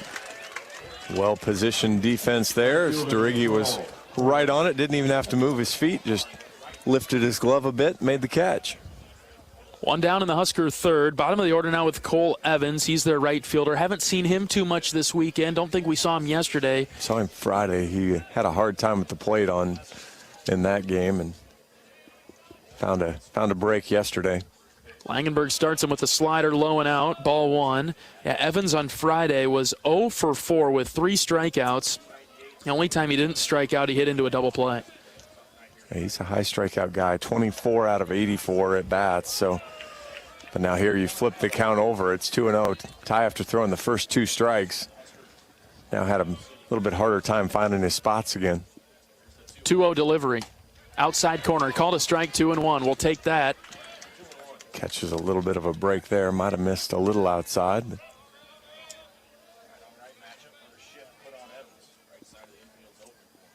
Evans in the box, the 2-1 delivery, swing and a miss, 2-2. Evans' hand came off the bat, looked a little bit awkward as he followed through, and now Ty's worked back to an even count. Evans is a right-handed hitter. Langenberg peeks in for the sign. He's got it, the 2-2. Ground ball to short. Seegers welcomes it in. He'll throw it across the diamond in time to get the speedy Evans at first, 2 down. Good job there. I've played shortstop enough in my life to know what I just saw from Michael there is, the last one where he couldn't quite get the glove underneath it and get it scooped. Man, he had that glove kind of almost laying on the ground. It's like, I am taking this thing in, and then I'll depend on my arm to get the out. And well done from Michael to get it done. This is coming in the glove. There's no question about this one. Here's Matthews. First pitch strike from Ty, really dotting the low and outside corner right there. Matthews led off the game with a home run to left. Iowa 3-1 right now in the top of the third. 2 outs, the 0-1. This is shot to the right side. Derigi is there underneath it. 1-2-3 inning for the Hawkeyes in the third. Great job from Langenberg. Really well done there as he got inside on 94-mile-an-hour fastball as Ty found his velocity again, got it inside on Matthews, and just got a weak little pop-up to Derigi. Petey, Honar, and Seegers into the box for Iowa when we get to the bottom of the third. Hawks lead at 3-1. This is Iowa baseball from Learfield. At Oak Knoll, our mission is to provide exceptional retirement living and health services through life care. I'm Steve Rowe, Executive Director. We are a not-for-profit life plan community and have served Iowa City for more than 55 years.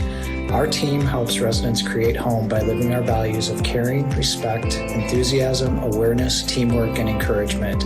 If you're looking at retirement options, visit our website at oaknoll.com. We want you to lead life your way. Go Hawks! Greatness doesn't happen overnight. It takes time, focus, and dedication. At Shelter Insurance, we understand that because we put in the hard work and dedication for decades. And that commitment is paid off with award-winning customer service for your auto, home, and life insurance. Visit shelterinsurance.com and find an agent to help you choose the coverage you need. Shelter Insurance. We're your shield. We're your shelter.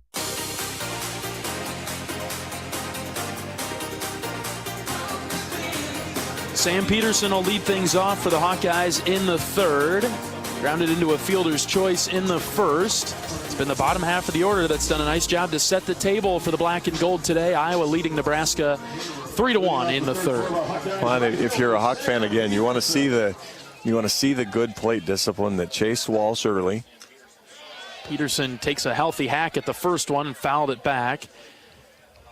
You chased Walsh, and now you've got a very similar type pitcher that popped in the game here in Perry, and so make sure you're going through all your same ideas.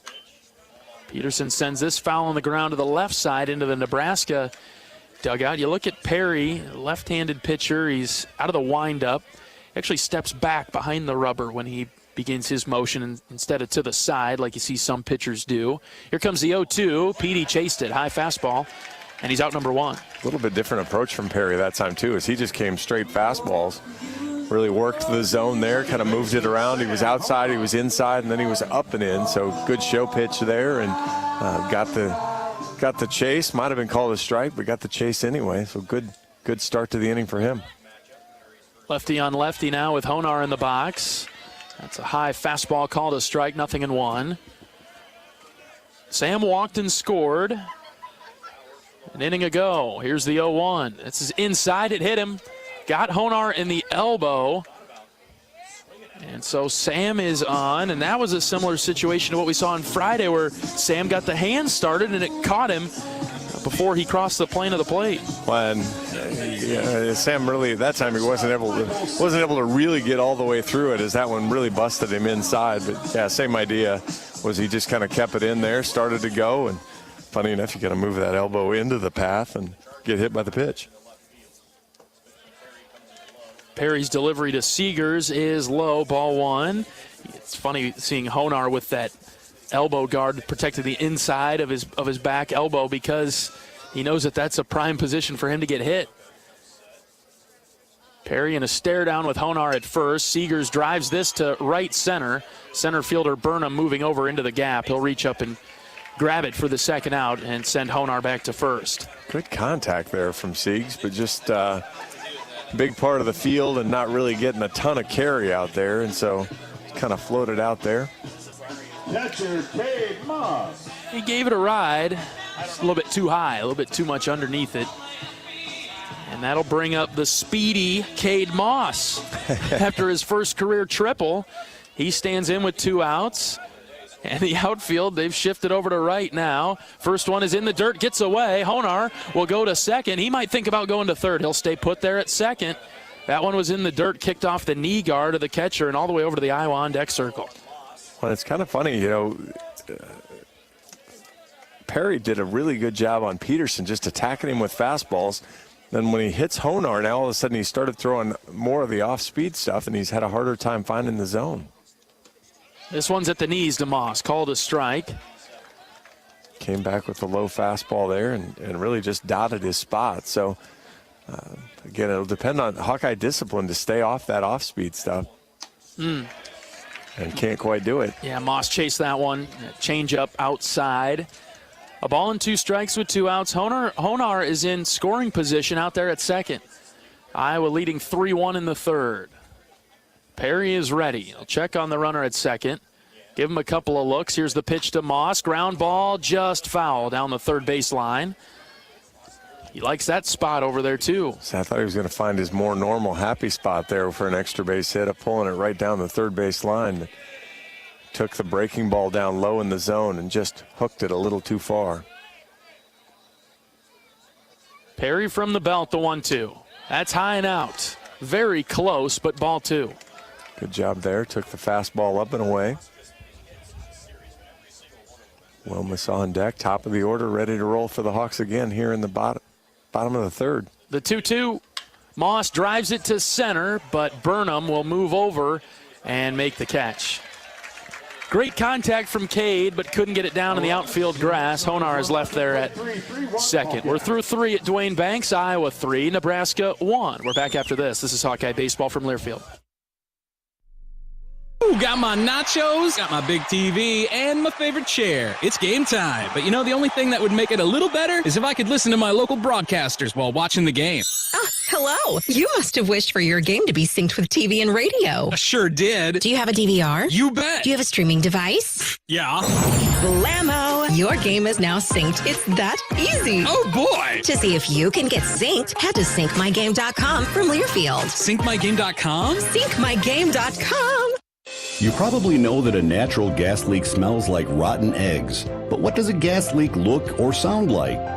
If you hear a whooshing or hissing sound, see dirt, dust, or water spraying from an area, or you get dizzy or queasy, leave the area immediately. Then call 1-800-595-5325 once you're safely away. See MidAmericanEnergy.com for more safety tips. Paid for by the customers of Mid-American Energy.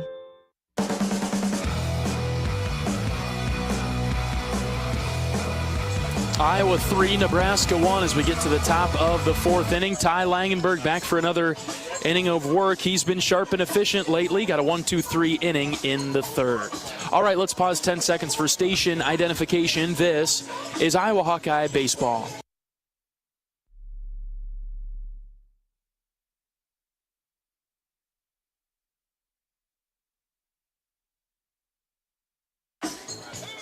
Solid crowd on hand at Duane Banks this afternoon. A happy Sunday to you, wherever you may be listening from. So far, so good for the Hawkeyes. Approaching the middle innings now. Iowa 3, Nebraska 1. It'll be Burnham, Anderson, and Swanson due up for the Huskers as Langenberg throws one by Burnham to start the at-bat. 0-1. See if Ty can build off a quick and efficient last inning.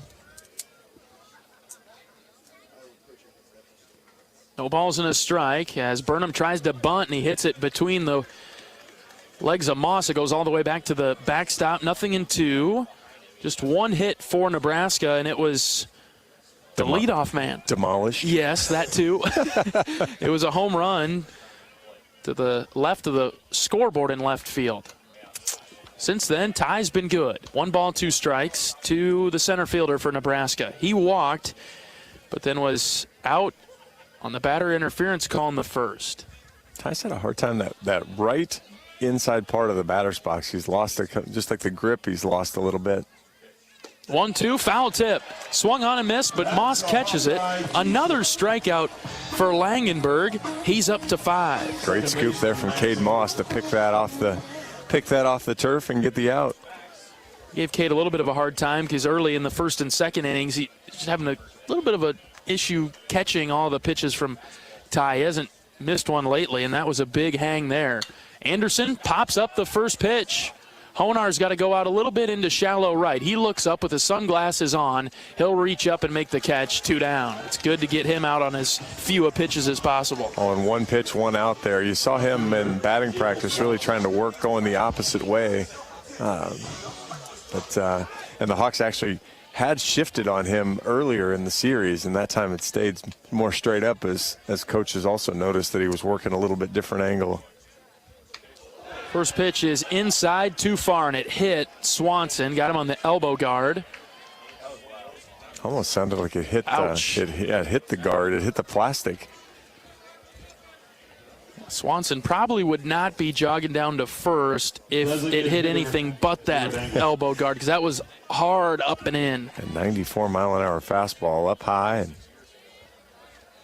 And see if Ty can bounce back here. Now he's got to go back to the stretch. Almost another 1-2-3 inning. Here's a slider up and in. That one slipped out of the hands to Anglem. Well, that's what it seems like when he's tried to hit that right-hand batter's box line or the inside part of the plate there.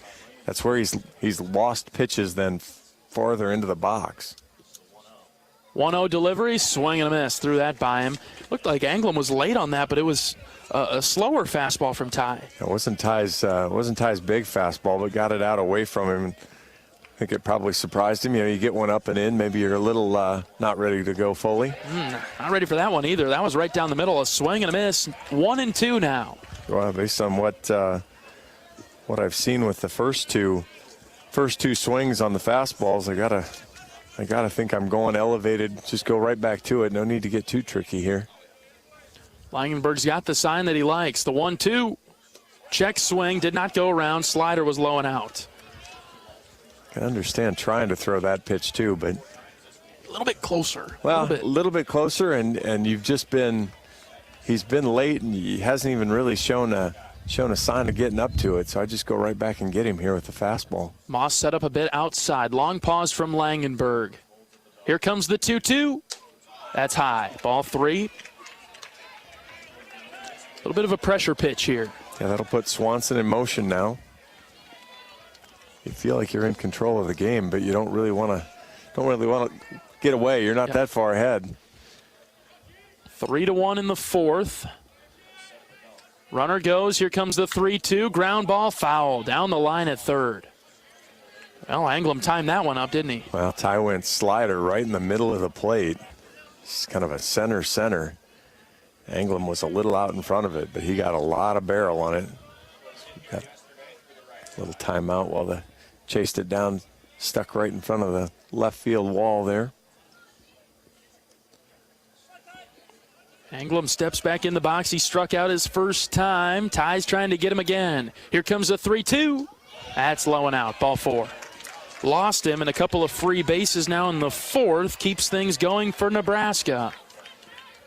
First baseman. Well, it's funny how just just a little thing kind of happens. You lose one pitch to Swanson. You hit him on the first pitch. You're ahead 1-2 on Anglem, but then don't really throw a competitive breaking ball on 1-2, and then fastball misses high. The batter is Ben Columbus. First pitch strike from Langenberg, outside corner. You get a little bit of a friendly zone there. Now you got to go ahead and take advantage of it. Keep working. It's hard to say because Ty's been hit hard when he misses in the middle of the plate, but you can't nibble too much here. Yeah, that was a great pitch right there. Is that the changeup low and out that he swung over the top of? Gorgeous. Absolutely, yeah. No balls and 2 strikes. That's what Coach McGrath said early on. If he's got the off-speed going, look out because Ty could be due for a good day, and he's having one so far. Here comes the 0-2. That drifted just low. Ball 1. But see, that's a good one again. You doubled right back up. You went right back to the changeup again. You threw it in the same spot. Just did a better job there. Columbus did of staying off of it and letting it drift below the zone. 2 on and 2 out for Nebraska. Here's the 1-2 pitch. Check swing, he went around, yes! That's another strikeout for Langenberg, and we get out of trouble in the fourth. Nice job there. It didn't really throw a lot of pitches, but it had created some traffic and caused a problem. But good job to bounce back, get a high strikeout guy to swing at a pitch inside and get out of the jam. 6 strikeouts now for Langenberg. We'll go to the bottom of the fourth. Iowa 3, Nebraska 1. This is Hawkeye Baseball from Learfield. When you're in the eastern Iowa area, be sure to visit and connect with the official local business partners of the Iowa Hawkeyes. The Hotel at Kirkwood Center, Iowa's premier luxury hotel. The Jill Armstrong team with Skogman Realty, the area's premier realtor. And Options Exteriors, your preferred local roofing and exterior company. The Hotel Kirkwood, named the Corridor Business Journal's 2022 Best Banquet and Event Venue. And awarded the AAA 4 Diamond Award for lodging. To make reservations, visit thehotelatkirkwood.com or call 877-751-5111 for more information. After a cancer diagnosis, it's natural to want to start treatment right away. But first, get a second opinion from a team that specializes in your cancer. I'm Dr. George Weiner, Director of University of Iowa Holden Comprehensive Cancer Center. Before you start treatment, you deserve to be confident you have the right diagnosis and know every option available to you. So whether it's with us or somewhere else, get a second opinion. It can change your care and your life.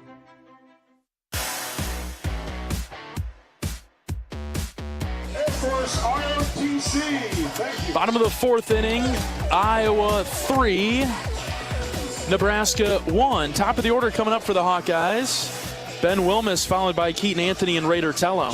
Hawkeye Baseball is brought to you by Riverside Casino and Golf Resort, home of the Draft Day Sports Lounge, a luxury hotel and spa, 5 restaurants and more, just minutes south of Iowa City.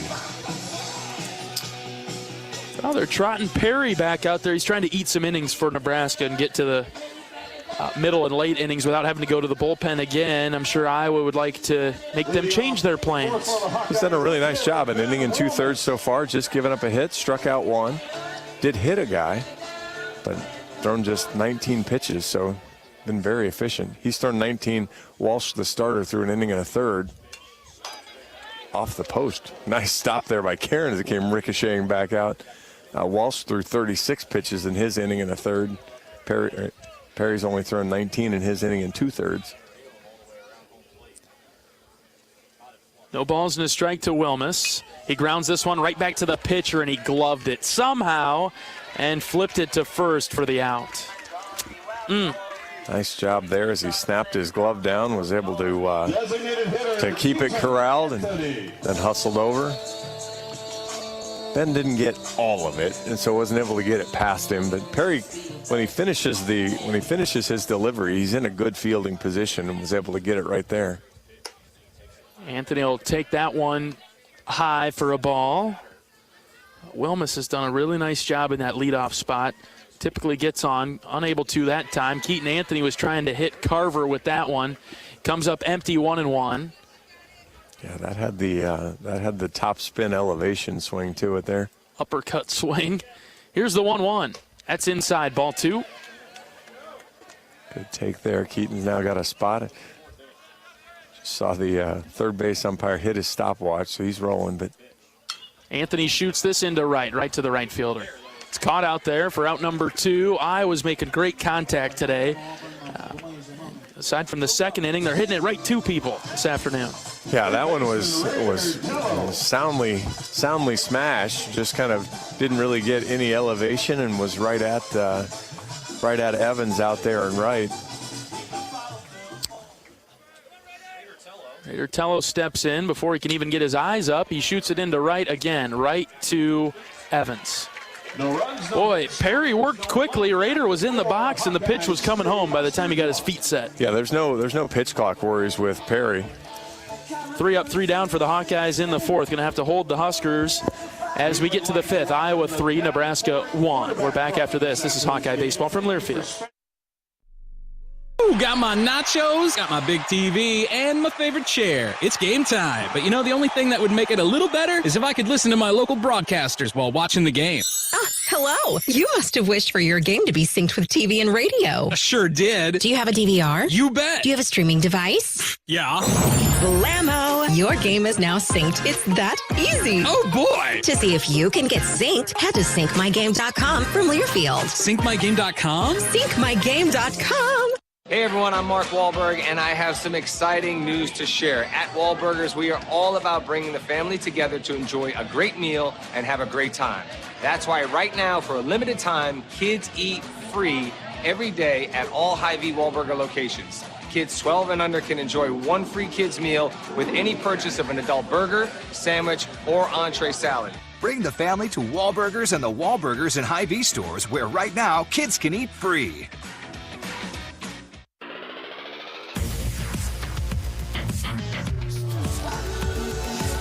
John Evans and John Leo in the broadcast booth at Duane Banks Field this Sunday afternoon. Iowa going for the sweep of Nebraska. Out to a good start with a 3-1 lead over the Huskers. Top of the fifth, Ty Langenberg back to the mound. He's thrown 63 pitches to this point. That's a pretty good number through 4. We'll take that. Ty's had a couple of 1, 2, 3 innings, one traditional in the third. In the second, left a runner on, or Nebraska got a runner on, but strike him out, throw him out. So a couple of 1, 2, 3 innings, one in the second, one in the third. A little bit of traffic in the fourth, but so far so good from Langenberg. As Josh Karen is in the box, he's their catcher, fouled off the first pitch. He stands in from the right side, struck out to end the second. Bounced it right in front of the cam bus out there. One got out to the street, huh? Yeah, circled over the bullpen there and got a good bounce off concrete. Just had a lot of foul balls in this series, John. The Bat Boys have been very active getting new baseballs out to the umpires. 1 ball and 2 strikes now. Langenberg deals a fastball in the outside corner. That's a good spot for that one. He's working quickly on the mound, and the windup, the 1-2. Ground ball left side. Seegers is there. He'll bring it in, throw it across. High throw. DeRiggy's got it for the first out of the inning. Good start for Langenberg here in the fifth. Iowa leading 3-1. Nice job there. Good range over. Threw it up where DeRiggy could come up, make the easy catch. 1 away. We'll see Cervantes now. He's their third baseman. Lined out sharply to DeRiggy in the third. Langenberg's ready. Here comes the first pitch. Downstairs, blocked by Moss. Ball 1.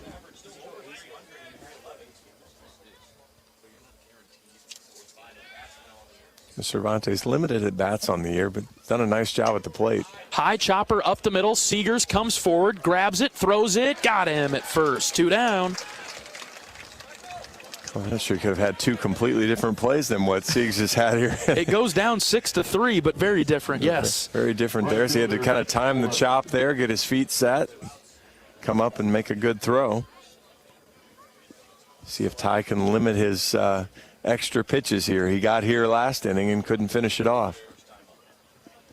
Evans is in the box. Langenberg's delivery is a fastball on the outside corner. Good start from Ty.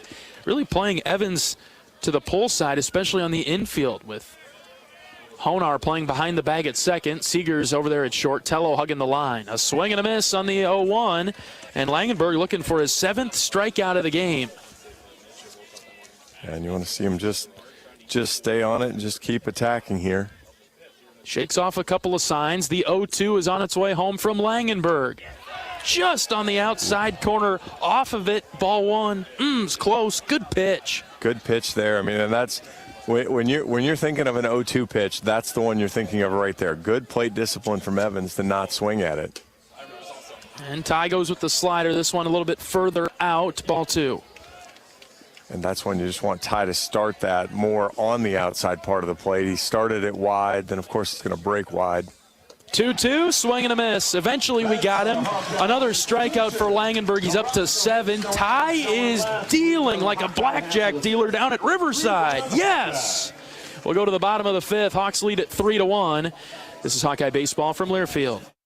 At US Cellular, we believe in having healthy relationships with our phones, so we can have better relationships with each other. Introducing Us Mode, a way to set your phone for less distraction and deeper connection. So dinner can sound less like this and more like this. What'd you learn today? The sauropod was the tallest dinosaur ever. Oh my goodness. Visit US Cellular in-store or online, and we'll help set your phone to Us Mode, even if you're not a customer. US Cellular, the 5G network built for us. See uscellular.com for details. When you're in the eastern Iowa area, be sure to visit and connect with the official local business partners of the Iowa Hawkeyes. The Hotel at Kirkwood Center, Iowa's premier luxury hotel, the Jill Armstrong team, with Skogman Realty, the area's premier realtor, and Options Exteriors, your preferred local roofing and exterior company. Jill Armstrong and her team strive to make every buyer and seller at ease with the real estate process. Contact the Jill Armstrong team with Skogman Realty for all of your real estate needs. Call 319-631-5455.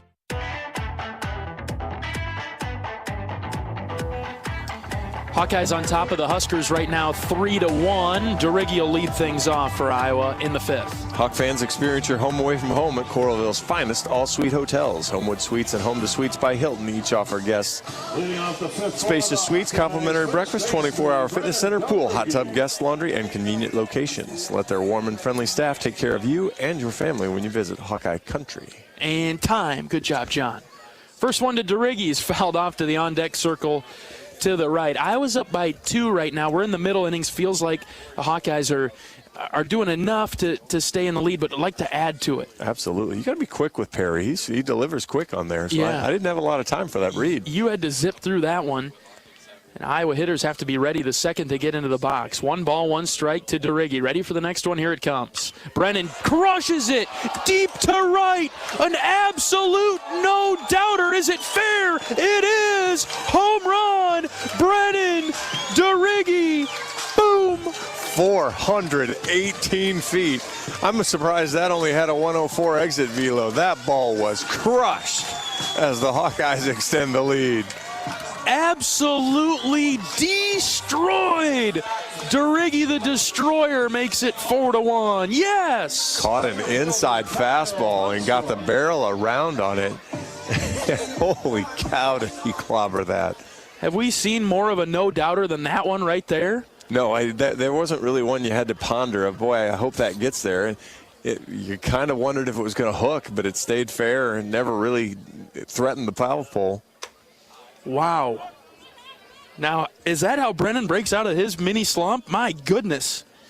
Solo shot to lead off the bottom of the 5th. Hawks up 4-1. Huckstorf is in the box. He's worked a 2-1 count in the meantime. Yeah, DeRiggi back up to 329 now on a batting average. It's good stuff. 2-1 to Huckstorf. High at the letters, ball 3. Well, I think Brennan might have hurt us to add to the lead. I know our voices carry a bit, but 3-1. Huckstorf off the end of the bat into the right center gap. Center fielder is there. That's Burnham, and he catches it. Huck is out number 1. Right fielder Sam Peterson. Better, though. The last time Huck had that pitch, he tried to pull it, just hit kind of a roller over to short. That time he tried to go more with it, as the ball's a good fastball outside part of the plate. Batter is Sam Peterson. He fouls off the first one. I've liked what I've seen from Huckstorf. I know he's in a little bit of a slump by his own standards lately, but good contact and more competitive at bats. As Peterson will take this inside, called a strike, 0-2. Instead of before, maybe a couple weeks ago, just kind of felt like Kyle was flailing at some pitches. Here's the 0-2. Peterson shoots it foul to the left side into the Nebraska bullpen, heads up over there. Well, Huck was I guess the best way to describe him was a willing swinger. He was going to swing the bat and didn't necessarily look like he was sticking to his plan. Time is called, and the home plate umpire is heading out to the pitcher's mound. Not sure what the urgency to switch baseballs there was. Went out there and, just gave the pitcher a new baseball. I think Perry wanted a recycling of the signs. No balls, 2 strikes with 1 out in the Hawkeye 5th. The pitch to Peterson, fouled back sharply to the net. Stays 0-2. Bases are empty for Iowa. But DeRiggy's done some damage. With the monster home run to right. The wind up the 0-2.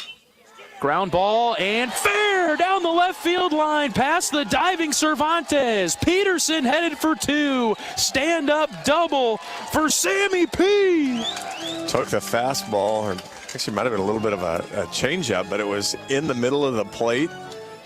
Petey had his helmet on all the way past first base before he lost it. Good work for him to keep it on that long, but pulled it right inside the bag and it passed the diving Cervantes for the double.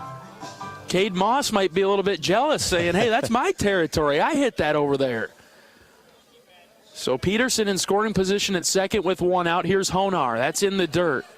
Good block by Karen behind the plate. Now, if the Hawkeye hitters have been paying attention with Walsh, when he gets runners on bases, then he really goes to the off-speed stuff. He doesn't abandon the fastball, but he doesn't throw it as often. This one kicks away from the catcher, gets into the corner. Peterson around third hard, but he'll stay there. That one got into the little corner next to the Nebraska dugout. And that's a couple now that have gone off of Karen's knee pads, and they ricochet hard off that plastic. Well, he bounced that changeup again. Would have been interesting to see what the ground rules are had that bounced into the dugout.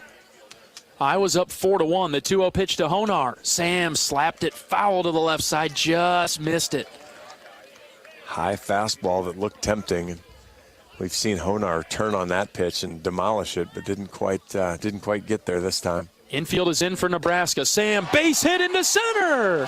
That'll bring home another run. Petey jogs in, 5-1 Hawkeyes. Return to sender on the single there from Honar. He lines it right back up the middle of the field. We're getting to Perry now. It felt like the Hawks were due. We've seen him long enough. He had done a really nice job of able to get outs now, as the Hawks have seen him now the second time, and that'll bring a visit. Probably even more than a visit. Yep, the point to the left side of the field. Nebraska going to the bullpen. Hawkeyes are just taking it to the Huskers this weekend. Up 5-1 right now. So far, so good. I mean, again, we've seen it in both games, though, too.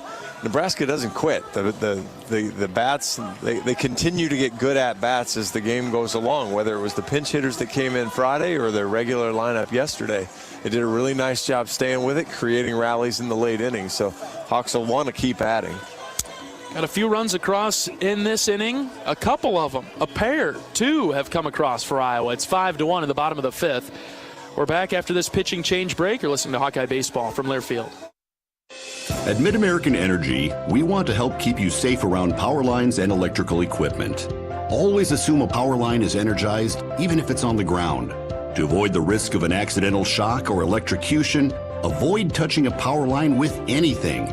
And when you see high voltage warnings on transformers and substations, stay away. We care about you and your safety. Get more tips at midamericanenergy.com. Paid for by the customers of Mid-American Energy.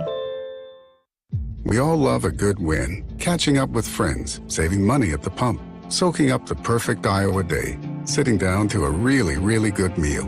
These are the everyday delights that make us smile. These are the moments that connect us all as Iowans. And these are the wins that, more often than not, start with Iowa's farm families and the crop they're growing. Because when corn grows Iowa, Iowans win. Learn more about how to share your own wins at iowacorn.org/IowansWin.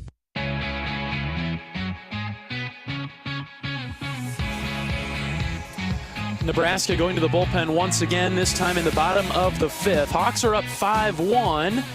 The Huskers turning to Shea Shanneman, right-handed pitcher, 6 feet tall, 205 pounds, a fifth year from Grand Island, Nebraska. We've already seen Shanneman this weekend, but the stats on him. I like how slow you say that to make sure you get through it clearly. So 2-3 on the season. He does have 4 saves, 16th appearance. He has 4.06 ERA, 31 innings pitched, 19 hits, 17 runs, only 14 earned, 16 walks, 41 strikeouts. Opponents hit just 173 against him, but he has hit 11 batters. And kind of going back, he was in the game on Friday and pulling it up. Hawks did a nice little number on him. He pitched a third of an inning, gave up a hit, 2 runs. Neither were earned, but he did walk 2, didn't strike anybody out, and hit a batter. So Hawks did a nice job. And you see it again as Seegers pulls the bunt back and takes it for a ball. Michaels had a productive day, a single and a run scored back in the second. He flied out to center.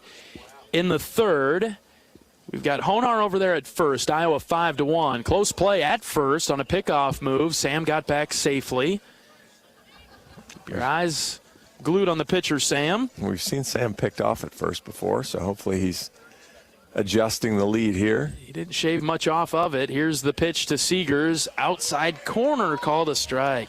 Probably won't go any further outside than that, right? Well, let's hope not. It was a breaking ball. It might have clipped it. Third baseman Cervantes playing even with the bag, a little bit in front of it at third. 1-1. Michael lays off that one. Pitch is low and out. Ball 2. Just a quick. When the home plate umpire got it, my guy Hayden here told me that he'd gone to his mouth and then he never wiped his hand, so he had to get rid of it for possible foreign substance. Sure. 2-1 pitch to Seegers. Slider outside again. Ball 3. Cade Moss is on deck.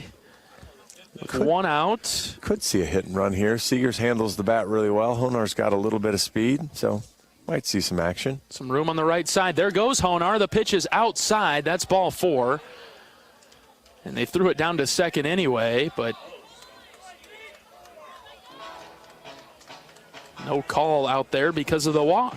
Right, and a nice job from Nebraska's just kind of having some fun. Anderson took the ball, flipped it to Matthews, and then Matthews just kind of held it just in case Honar would have maybe went for a little sleeping. Yeah, went for a little stroll before he tossed it back to the pitcher. Good little gamesmanship there. Yeah, you can try all that you want. Hawks up 5-1 in the fifth. Here is Moss. Runners at first and second with 1 out. Slider low and out. He hasn't thrown it for a strike yet.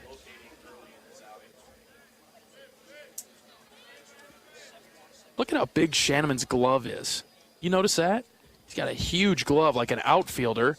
Here's a slider outside, ball 2. You take a look at that, John. Maybe it's just because it's black and it stands out more, but a massive glove. Lets him manipulate the ball a little bit. Yeah.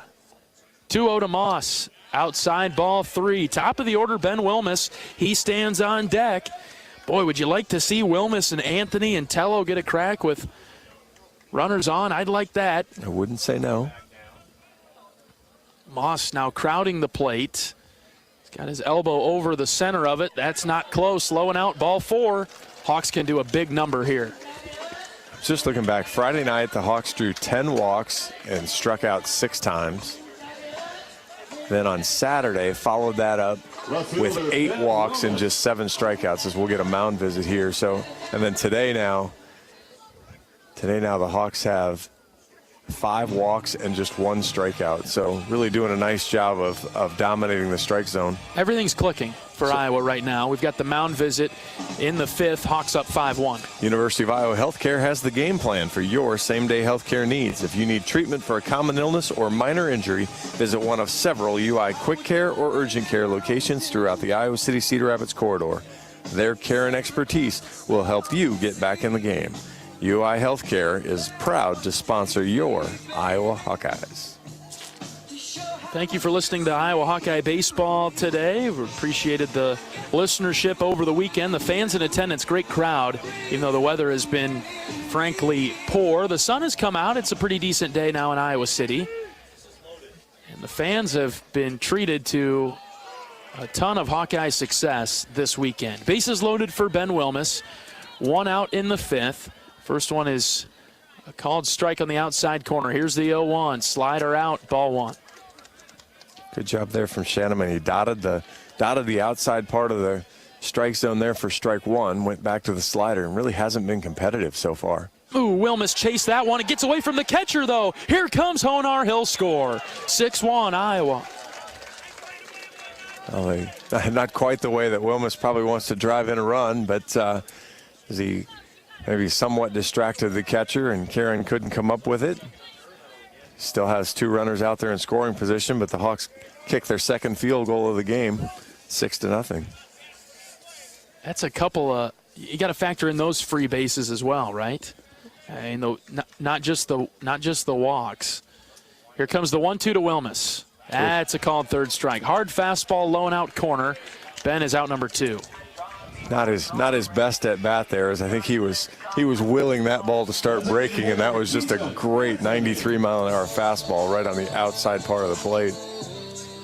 Here's Keaton Anthony with runners at second and third and 2 outs. Iowa up 6-1. You feel you could drive the stake a little bit deeper if Keaton gets a base hit. First pitch to Anthony. That's outside, ball 1. Looked good, but the catcher was set up inside. Yeah, we've talked about that a number of times with the Iowa pitchers, where you miss your spot. You hit the plate, but you miss your spot. You don't get the call from the umpire. This one is a strike right at the knees, 94 miles an hour. Working low in the zone. Well, he's dealing here. The last 2, 93 on the outside part, didn't get the call. 94, perfect pitch. The 1-1, that's in the dirt. Karen blocks it. Problem is, as soon as he goes back to off speed, he kind of loses the zone. Only strike he's thrown on that slider is the half swing from Wilmus. The 2-1 to Anthony. Sliced foul to the right side. 2 balls, 2 strikes. He should stick with the fastball. Well, it seems like, I mean, you can't really afford to be a one-pitch guy, but he's really done a good job. He's moved it around. He's been inside, he's been outside with it, and really hit the spots he's looking for. The 2-2's inside, ball 3. That's a great pitch, though. It's a ball, but it's a great pitch there. He just missed inside, but hit exactly where he was looking for.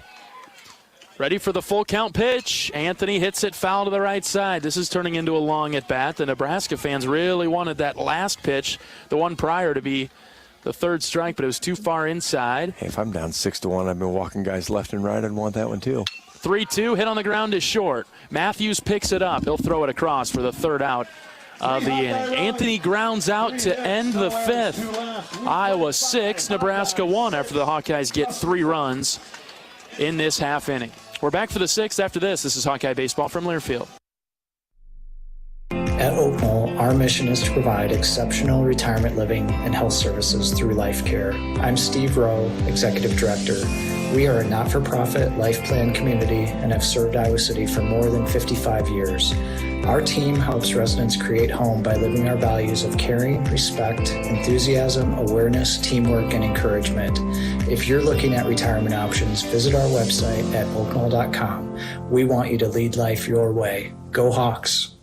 Woo! Got my nachos, got my big TV, and my favorite chair. It's game time. But the only thing that would make it a little better is if I could listen to my local broadcasters while watching the game.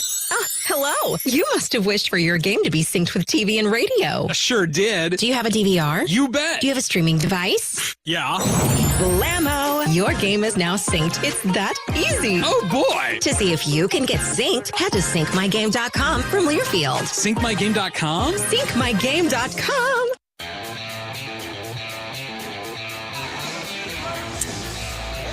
John Evans and John Leo in the broadcast booth at Duane Banks this Sunday afternoon in Iowa City, turning into a nice day in eastern Iowa. Hawks leading Nebraska 6-1 in the top of the sixth. Ty Langenberg has earned another inning of work.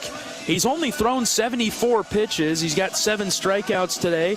Ty's pitched 5 innings of one-hit baseball to this point. 1 earned run on Langenberg's line. So Ty will come back out.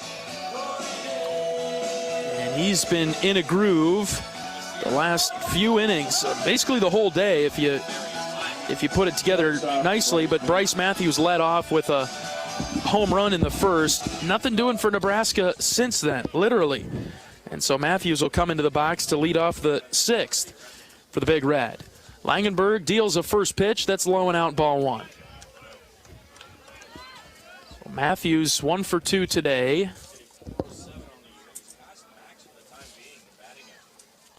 Langenberg out of the windup, the pitch. Line drive to Tello. One hopper to Tello. Raider picks it up. He'll step, he'll throw, and he'll get the out at first. Outstanding play there from Tello as that ball was a rocket. 106 exit velo. But right at him, made a good pick, good throw. One away here in the 6th. He had plenty of time, too, and he had to think about it, regroup, and get a good throw across. He did just that. We'll see Burnham now. Left-handed hitter, right back to Ty, off his glove. Honar charging hard, throwing on the run, not in time. That'll be a single. Tough play for Ty. It was just came back to him really quick. Well, it was an odd little number, too. It wasn't necessarily a rocket right back at him. It was just kind of a weird spinner. So he wasn't able to, it kind of catches those funny hops in the turf and knocked it down, or at least slowed it down enough where Honar couldn't really make a play on it. Here's Anderson. He swings at the first pitch. Ground ball into left for a base hit. Back-to-back singles for the Huskers now. They're trying to get going in the top of the 6th. And funny enough, the hardest ball hit in the inning was the first one that was an out. Yeah. Had a kind of a weakly hit ball there, and then a little bit better single there from Anderson. But Ty's forcing a lot of ground balls. That's why you feel like just throw a strike here and get a chance, get a ground ball at somebody again, you're out of the inning. Starts with a slider. That's a called strike on the inside corner. A beauty from Langenberg. Nebraska fans are very energetic about a ball that was clearly a strike. Not thrilled. That was a low and inside corner. Bottom left. No balls and a strike to Swanson. Check swing. He did not go around on this one. It'll be 1-1. I like you were sure about that. Yeah, I felt pretty confident about that, unfortunately. Even pre-appeal, you were pretty sure. He's another one of those ground balls. Ty's got 4 ground ball outs today. Here's the 1-1. Swing and a miss. We'll take that. 1-2. What, 7 strikeouts? Up to 7. Do you have a preference? You want the strikeout or you want the ground out? I'd take an out without any advancement. Okay. That's a rocket to Tello. He can step on it. That'd be okay. He'll go with the strikeout. Swing and a miss. One that was well out of the zone and low. Beautiful changeup from Ty. 2 down. Designated hitter, Garrett Engel. Got to finish it off here. No need to let Nebraska have any extra entertainment value in the game. Yes. You got your 3 spot. Go ahead and make sure you get a 0. Get that shutdown inning. Here's Anglem. Langenberg taking his time from the belt. The pitch drops in there for a strike. 0-1.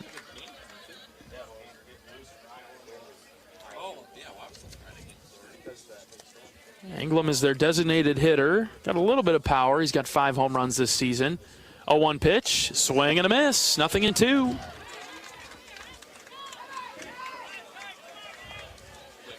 Hawkeye fans getting behind Mr. Langenberg out on the mound, issuing their support as Ty looks in for the sign. He's got it from Moss.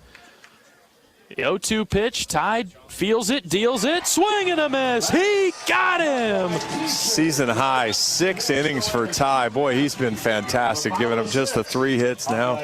All the strikeouts. Great outing on a Sunday from Ty Langenberg. 9 strikeouts for Ty. And we'll go to the bottom of the 6th, leading 6-1. Hawks out in front. We're back after this. This is Hawkeye Baseball from Learfield. Knowing that I can make a difference in my patients' lives keeps me motivated every single day.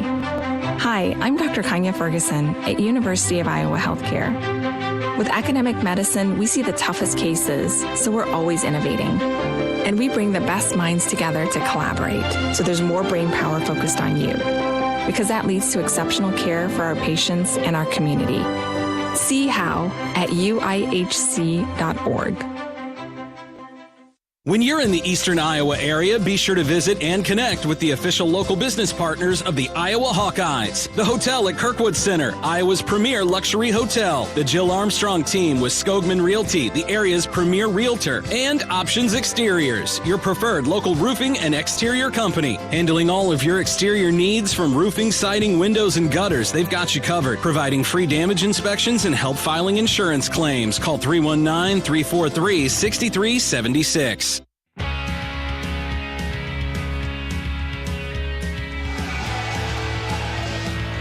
Bottom of the 6th inning, Iowa 6, Nebraska 1. Hawkeyes going for the sweep of the Huskers. Nebraska came into the series number 1 in the Big Ten. Iowa's came in tied for 7th. Hawkeyes are moving into the middle of the Big Ten now with a massive log jam.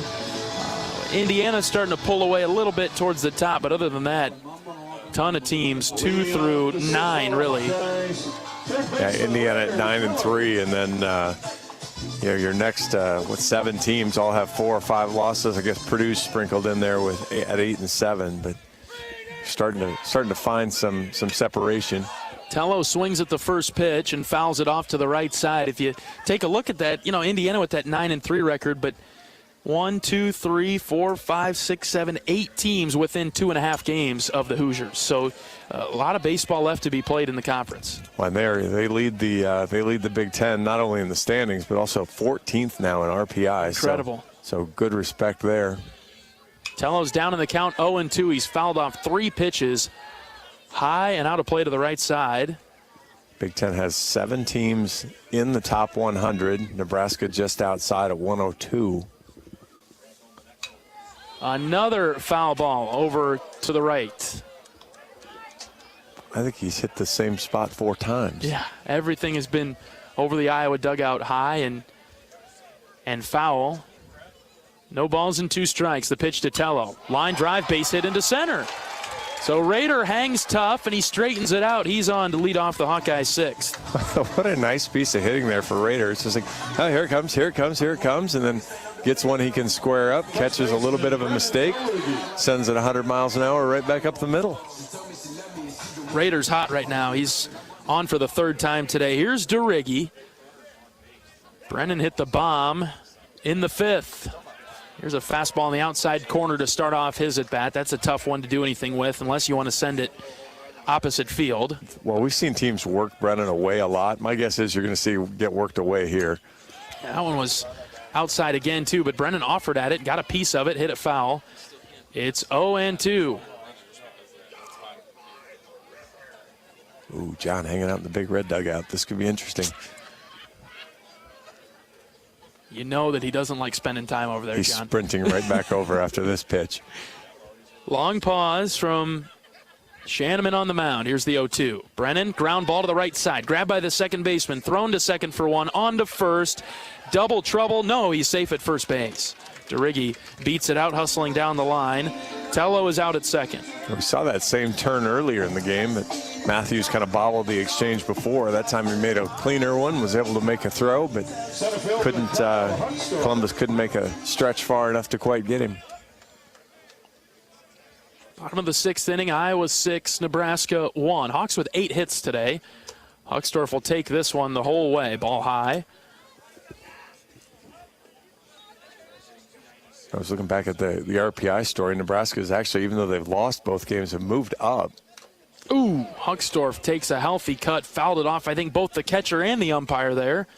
Yeah, they'll both talk to each other and try to regroup. Yeah, they'll both walk out to the mound. Exactly. Nebraska snuck up a couple spots just because, playing a higher-ranked teams helped them in the RPI. And, so, they'll try to sneak into the top 100 here as well. Here's a breaking ball that drops in. Started high and then ended up middle away. 1 ball, 2 strikes to the Hawkeye center fielder.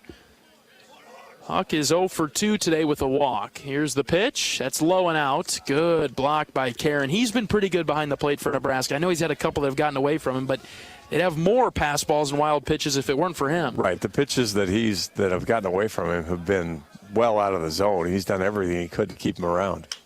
2-2 is a chopper to third.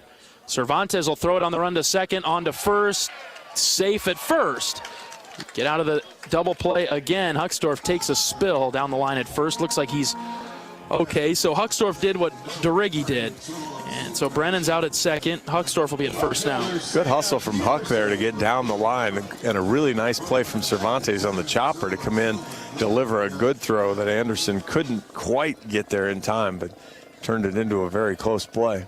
2 outs in the inning. Here's Peterson. Turns away from a slider up and in. See, Huck leads the team in stolen bases with 11. See if he's any sort of a threat here try to get into position with 2 outs. Yeah, get some pressure on him out there. The 1-0 is down Main Street, 1-1. Peterson took it the whole way. Iowa the Big Ten outside of Indiana doesn't have anybody that you'd go, yeah, that RPI is good enough to get in. Runner takes off. This one is hit in the gap in left center. It'll drop in front of the left fielder. Huckstorf's trying to get to third. Here comes the throw. He's safe at third. A 2-out top spin single for Petey. Wasn't sure that ball was going to have enough dip to fall in front of him. I thought it was just going to be a line drive out. Fell in front. Huck with good aggressive base running kept on the move the whole way. The Hawks have runners on the corners. 2 outs here for Honar. And Honar's been good for Iowa today. He's been on 3 times, singled in a run. His last time up in the 5th, he's also scored twice today. He walked in the 2nd, was hit by a pitch in the 3rd. He comes up with runners at the corners. 2 down in the Iowa 6th. Hawks up by 5. First pitch at the knees, called strike. Honar will take that one all day. Although he's got pretty good... Honar will not take that one all day. We saw him in Mobile, hit one, might have short hopped. Similar spot, he fouled that one off the left side, 0-2. Just talking about RPI a little bit, Iowa and Rutgers are the 2 other teams that are in the right place, at 46 and 49. And, would like to see some improvement out of there, but would have an argument to find a way into the... Runner takes off for second. And Peterson will get there easily. That pitch was high and out. And runners at second and third now with 2 outs. They'd be able to find a way into an at-large conversation. The other teams, Maryland at 61. Then you've got kind of in the 80s and 90s. So work to do. 1-2. Breaking ball comes in the back door, and Honar is out on strikes. 80 miles an hour. Looked like it might have been off the plate, but he gets the call, and that'll do it for the 6th. 7th inning coming up. Hawks cannot score, but lead it 6-1. We're back after this. This is Hawkeye Baseball from Learfield. I'm Mark Wahlberg, and I have some exciting news to share. At Wahlburgers, we are all about bringing the family together to enjoy a great meal and have a great time. That's why right now, for a limited time, kids eat free every day at all Hy-Vee Wahlburger locations. Kids 12 and under can enjoy 1 free kids meal with any purchase of an adult burger, sandwich, or entree salad. Bring the family to Wahlburgers and the Wahlburgers and Hy-Vee stores, where right now kids can eat free. When you're in the eastern Iowa area, be sure to visit and connect with the official local business partners of the Iowa Hawkeyes. The Hotel at Kirkwood Center, Iowa's premier luxury hotel. The Jill Armstrong team with Skogman Realty, the area's premier realtor. And Options Exteriors, your preferred local roofing and exterior company. The Hotel Kirkwood, named the Corridor Business Journal's 2022 Best Banquet and Event Venue. And awarded the AAA 4 Diamond Award for lodging. To make reservations, visit thehotelatkirkwood.com or call 877-751-5111 for more information.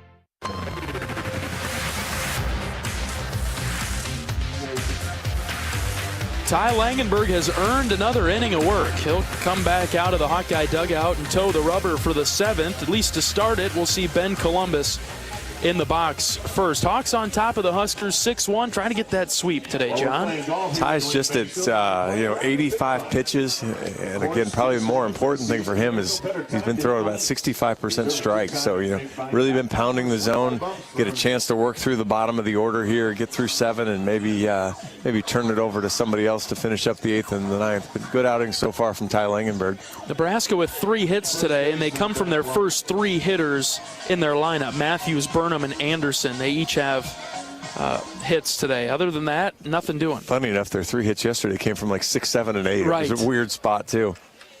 Columbus leads it off. Fastball is inside, close, but a ball.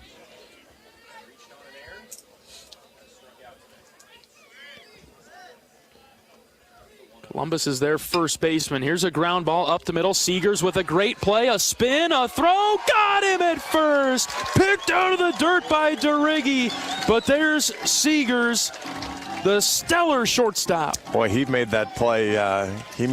Look really easy. I thought that ball was going to scoot through the middle. Seegers goes up, gets it, made a spinorama play. I think it was Minnesota as well when he made one look just like that. So my guess is there's some practice in there as he made that look pretty easy.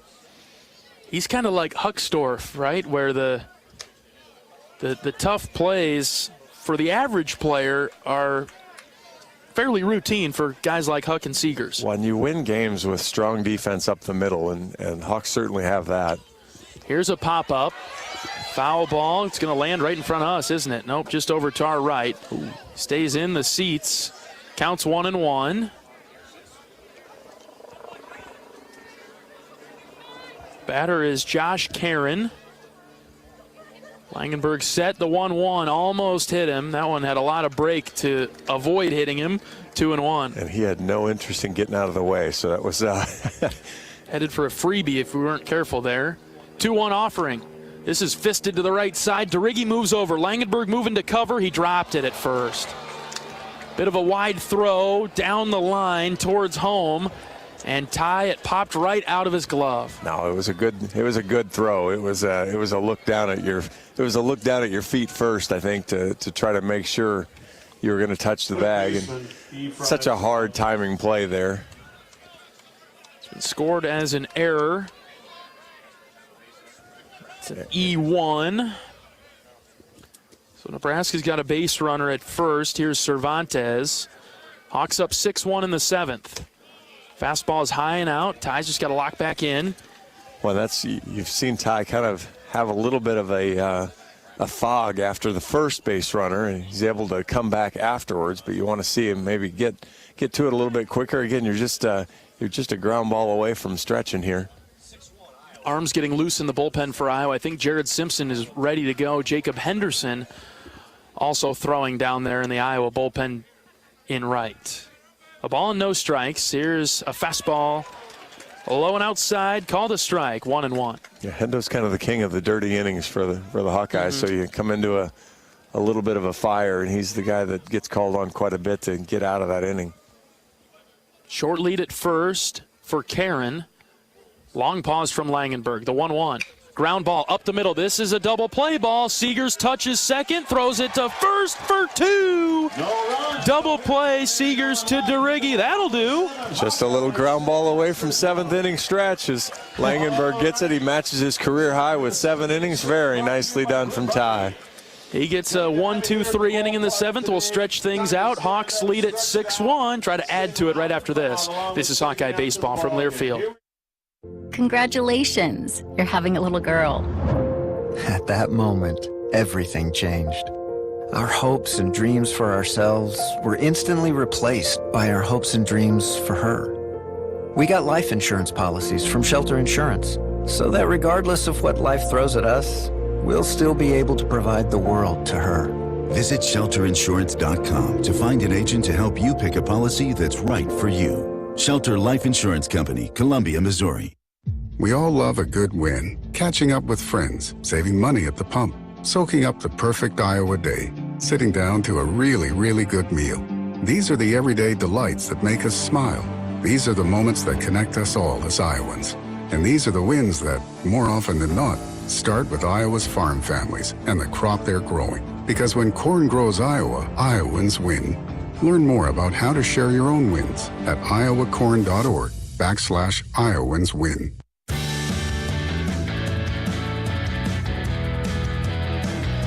Well, the Hawkeyes have largely been doing everything right this weekend from start to finish, Friday through Sunday. Defense is picking it up again. I know a couple of errors, but making spectacular plays in the field. Iowa leading 6-1 in the 7th. Well, and we talked about, how the Indiana game, the Friday night Indiana game was the complete game. But then, you didn't. You took it into the next day, but you couldn't finish the series and you couldn't win the series. And it was just how do you stretch out that one good game and make it 3 and win a series? And so far this weekend, the Hawkeyes have really put all the pressure on Nebraska, tried to make them find ways to win, and Iowa's just every time Nebraska has done something, Iowa's been able to respond. Ty gets a ground ball there to get out of the jam. The leadoff home run takes Iowa an inning, but they get 3 in the bottom of the second. They've always had an answer for what Nebraska's had this weekend. Looking for a couple runs of insurance now. We get to the later innings. We're all stretched out at Duane Banks, bottom of the 7th. Seegers will lead things off. First pitch strike to him. Michael made a couple of outstanding plays in the field in the 7th, had the spinning throw to start things, and then started the double play to finish it. He's taken a couple of fastballs down the heart of the plate. He's down now 0-2. I guarantee you after he made the error earlier in the game that he's been trying to find ways to make plays after that. Yeah. No balls and 2 strikes. Pitcher is still Shanneman. Michael pokes it into right, base hit. Right off the end of the bat, Michael elevated enough for a leadoff single. Great piece of hitting there as he took the off-speed pitch after seeing all those fastballs and just stuck it out. It was on the outside part of the plate, very well located, but he just went out and got it, poked it out into right field. Speedy guy on first base with 9 stolen bases. See if they get him moving right away. He's got a decent lead already for the batter, Moss. Cade bunts it down the third base line. It'll trickle foul. It rode the line for a bit and then kicked into foul territory. Moss has been a thorn in Nebraska's side this weekend. And we've talked about before how Iowa catchers are very good bunters. And Cade actually didn't show early like a traditional sacrifice there and just kind of dropped the bat head on it. Didn't miss by much. Now he squares around early, the 0-1. He pulls it back. Ooh, called a strike. That was up and away, but a breaking ball. Cade gave up on a little too soon. 0-2. Well, that'll give him the green light again here. Shanneman's ready. The pitch, ground ball to short. This is double trouble. Flip to second for 1, on to first. The throw is wide. It pulled the first baseman off the bag. And so Moss will make it to first base. That's the 3rd time that the Huskers could have turned a double play, and they have not been able to. Well, and that's, that won't go as an error. But let's see if that hurts, because that's an error. Yeah. I mean, you don't assume the double play. It won't go in the book that way, but you've got to get that out. And if you ask Anderson, he'd tell you he's got to get that out. Iowa's left fielder Ben Wilmus is in the box now. First pitch strike to him on the outside corner. He had a great delivery from Matthews. It was an easy place to throw and just threw it wide. Another ground ball to short. They're going to try it again. Flip to second for 1, on to first. That time they get the double play. It goes 6-4-3. If at first you don't succeed, try again. Yes, they finally get one. We'll go to the 8th, Iowa 6, Nebraska 1. Just a few outs away from a weekend sweep of the Huskers. We're back after this. This is Hawkeye Baseball from Learfield. We all love a good win. Catching up with friends, saving money at the pump, soaking up the perfect Iowa day, sitting down to a really, really good meal. These are the everyday delights that make us smile. These are the moments that connect us all as Iowans. And these are the wins that, more often than not, start with Iowa's farm families and the crop they're growing. Because when corn grows Iowa, Iowans win. Learn more about how to share your own wins at iowacorn.org/Iowans win. At US Cellular, we believe in having healthy relationships with our phones, so we can have better relationships with each other. Introducing Us Mode, a way to set your phone for less distraction and deeper connection. So dinner can sound less like this and more like this. What'd you learn today? The sauropod was the tallest dinosaur ever. Oh my goodness. Visit US Cellular in-store or online, and we'll help set your phone to us mode, even if you're not a customer. US Cellular, the 5G network built for us. See uscellular.com for details. We've reached the 8th inning in Iowa City. Hawks 6, Huskers 1. When corn grows fuel, Iowans win. Ethanol is a renewable fuel that's better for our environment, our health, and our wallets. Share your winning moments using hashtag IowansWin, and you could win even more from Iowa corn. Well, we teased Simpson and Henderson as possibly coming into the game when Ty was done, but Iowa changes it up. The Hawkeyes will bring in Will Christofferson in the 8th. Redshirt junior right-handed pitcher from Bettendorf. Preseason All-Big Ten selection. We'll see Christofferson. He's 2-1 on the season with a save, a team-leading 17th appearance coming up. 5.02 ERA, 14 1/3 innings, 8 hits, 9 runs. 8 of those earned, 11 walks, 28 strikeouts. Opponents hitting just .157 against Christo. Our Christo. Nebraska's got one. His last name is just Christo. We give ours the nickname Christo. Christofferson throws a first pitch that's outside to Cole Evans. Evans will bat from the right side. Slider with nasty break, but missing on the first 2. And Evans is a high strikeout candidate. Just got to throw a couple by him. Here comes the 2-0 from Will.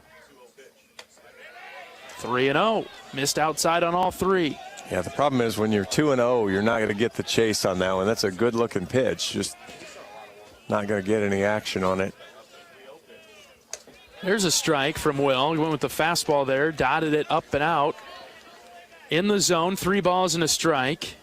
It's 9-1-2 for Nebraska, trying to avoid the leadoff walk. Here comes the 3-1. Ground ball back up the middle. Honar is ready. Takes a funny hop on him. He'll throw it to first and get Evans. That's an important out. Good battle back there. You don't want to put a freebie on in front of the top of the order just to give them any extra traffic. There's a reason why Matthews leads the team in RBIs, and it's because he's had guys on at the bottom of the order. Nebraska has generally done a pretty good job of getting traffic even throughout the order. Matthews in his 53 RBIs, 54 now with his home run in the first. This will be a fun matchup. Christofferson versus Matthews. First pitch, fastball for a strike. How often do you see that from Will? Well, I'd like to see it actually a little bit more. I'd like to see him establish the fastball and then throw the slider off of it so that all of a sudden now you've got to worry about this 20 inches sweep. He goes to the slider there. Will has not thrown it for a strike yet. It's just too far outside. He's starting it, angling towards the outside corner, and then it just rolls off that way. A ball and a strike from Christofferson. There it is. Swung on and missed, 1-2. Well, basically right now, if you're Nebraska and you go up there, if that ball starts at the middle of the plate and you recognize slider, you let it go because he's got so much movement on it. He's got to start it almost like it's going to hit you for it to be a strike. The 1-2, lifted into right. It'll drop in front of Peterson for a base hit. And that's why Matthews is hitting .405 on the season right there, as he got fooled by the pitch. The ball was well outside of the strike zone, but he just went and got it, poked it out into right. Moving him up to .409 on the year now. He's having a great season, just threw his hands at that one. That'll bring up Burnham. Obviously, Matthews is a huge stolen base guy. Not sure you're going to risk it in this situation. Christofferson goes with a fastball up and in. Got to be careful here because Burnham from the left side, he crowds the plate. He's up tight on the home plate. Yeah, I think Iowa hit him twice on Friday. A ball and no strikes. The pitch from Christofferson, that finds the zone, 1-1. Iowa leading 6-1 in the 8th. Hawkeyes with 10 hits offensively. Nebraska just 4.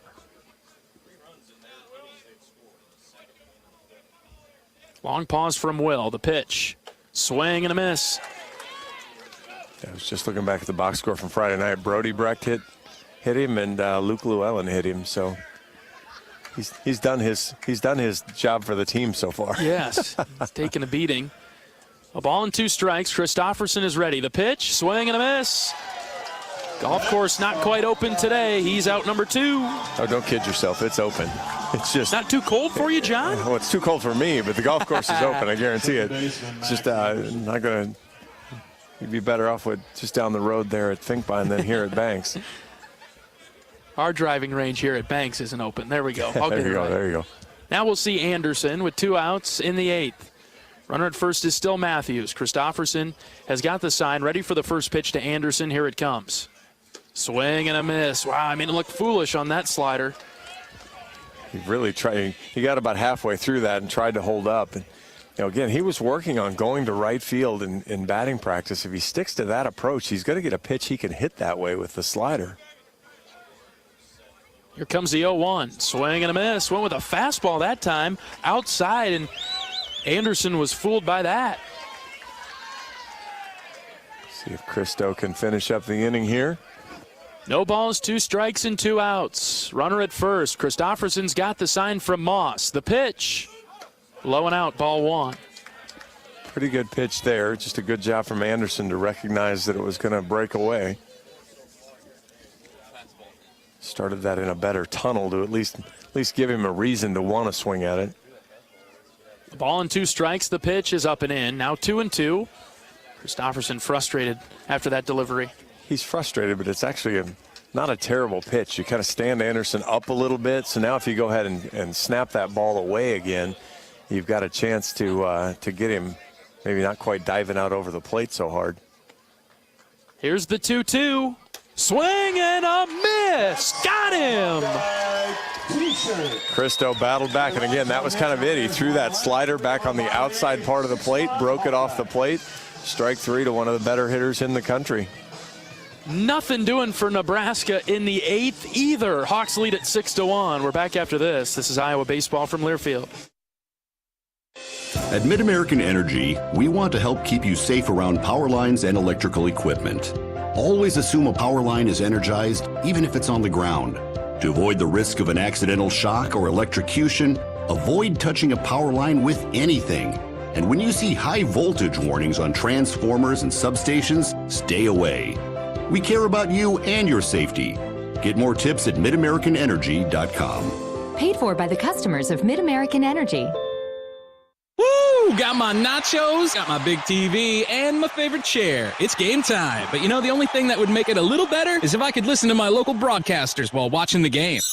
Hello. You must have wished for your game to be synced with TV and radio. I sure did. Do you have a DVR? You bet. Do you have a streaming device? Yeah. Blammo! Your game is now synced. It's that easy. Oh, boy. To see if you can get synced, head to syncmygame.com from Learfield. Syncmygame.com? Syncmygame.com.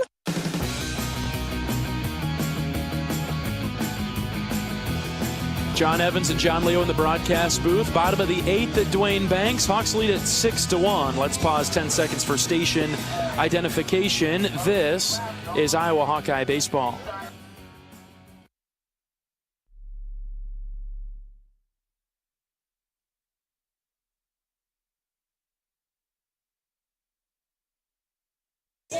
Good part of the order due up for the Hawkeyes now with Anthony, Tello, and DeRiggi. First one to Keaton is inside for a ball. To be fair, pretty much every part of the order has been a good part of the order for Iowa today. That's a good point, John. As the 1-0 is squibbed on the ground up the middle. Anthony hustling down the line, but he'll be thrown out by the second baseman Anderson, who is playing to the left of the bag at second. Yeah, hit that one right into the shift there as Anderson had him played perfectly. Little soft roller and able to get the first out. Kind of a quiet day for Keaton. Well, after the series that he had through 2 days, it was probably about time that he got quieted down a little bit. Slider to start things for Raider Tello. Which again goes to the depth of the Iowa offense, though, that they've been able to really do it without a lot of contribution from Keaton. Raiders down in the count 0-2. A couple of nice sliders from Shanneman. That's one of Coach Heller's talking points as Raider pops this up to right. Directly to Evans out there, and he's got it for the third out. Coach talked, or rather the second out, Coach talked about the other bats stepping up and helping Keaton in the Iowa offense. He said that on Friday, I think maybe it was yesterday. Yeah, I remember he said to you he's not going to hit 600 like he has over the last 10 games or so, but yeah, you've got a little bit of contribution up and down the lineup today. DeRiggi's in the box, first pitch strike to him. We did. Frazier must have came in on us last time out in left field. I was just looking through at the hitters. Looks like 7 Iowa hitters. 7 of the Iowa starters have hits. Wilmus got a single there, so yeah, good job, good balance up and down the lineup. Here's another strike to DeRiggi. He's down in the count 1-2. Iowa up 6-1 in the 8th. Anthony and Huck were your only zeros. Missed inside there, but then you had Tello, Peterson, and Seegers with 2 hits each as well. So, and drawn 5 walks again. High chopper to the right side. First baseman, he'll grab it, throw to the pitcher covering, and they got him at first base. All right, Iowa goes down 1-2-3 in the 8th. We got 3 outs to get. We'll see who the Hawkeyes go to. Out of the bullpen, it looks like they'll make a change and bring in a pitcher to close this thing down. Iowa 6, Nebraska 1. 3 outs to go. We're back after this. This is Hawkeye Baseball from Learfield. US Cellular, we believe in having healthy relationships with our phones, so we can have better relationships with each other. Introducing Us Mode, a way to set your phone for less distraction and deeper connection. So dinner can sound less like this and more like this. What'd you learn today? The sauropod was the tallest dinosaur ever. Oh my goodness. Visit US Cellular in-store or online, and we'll help set your phone to Us Mode, even if you're not a customer. US Cellular, the 5G network built for us. See uscellular.com for details. After a cancer diagnosis, it's natural to want to start treatment right away. But first, get a second opinion from a team that specializes in your cancer. I'm Dr. George Weiner, Director of University of Iowa Holden Comprehensive Cancer Center. Before you start treatment, you deserve to be confident you have the right diagnosis and know every option available to you. So whether it's with us or somewhere else, get a second opinion.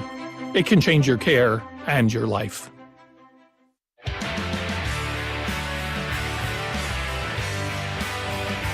Three outs away from a sweep of the Nebraska Cornhuskers. Iowa 6, Nebraska 1 as we've got to the top of the 9th now.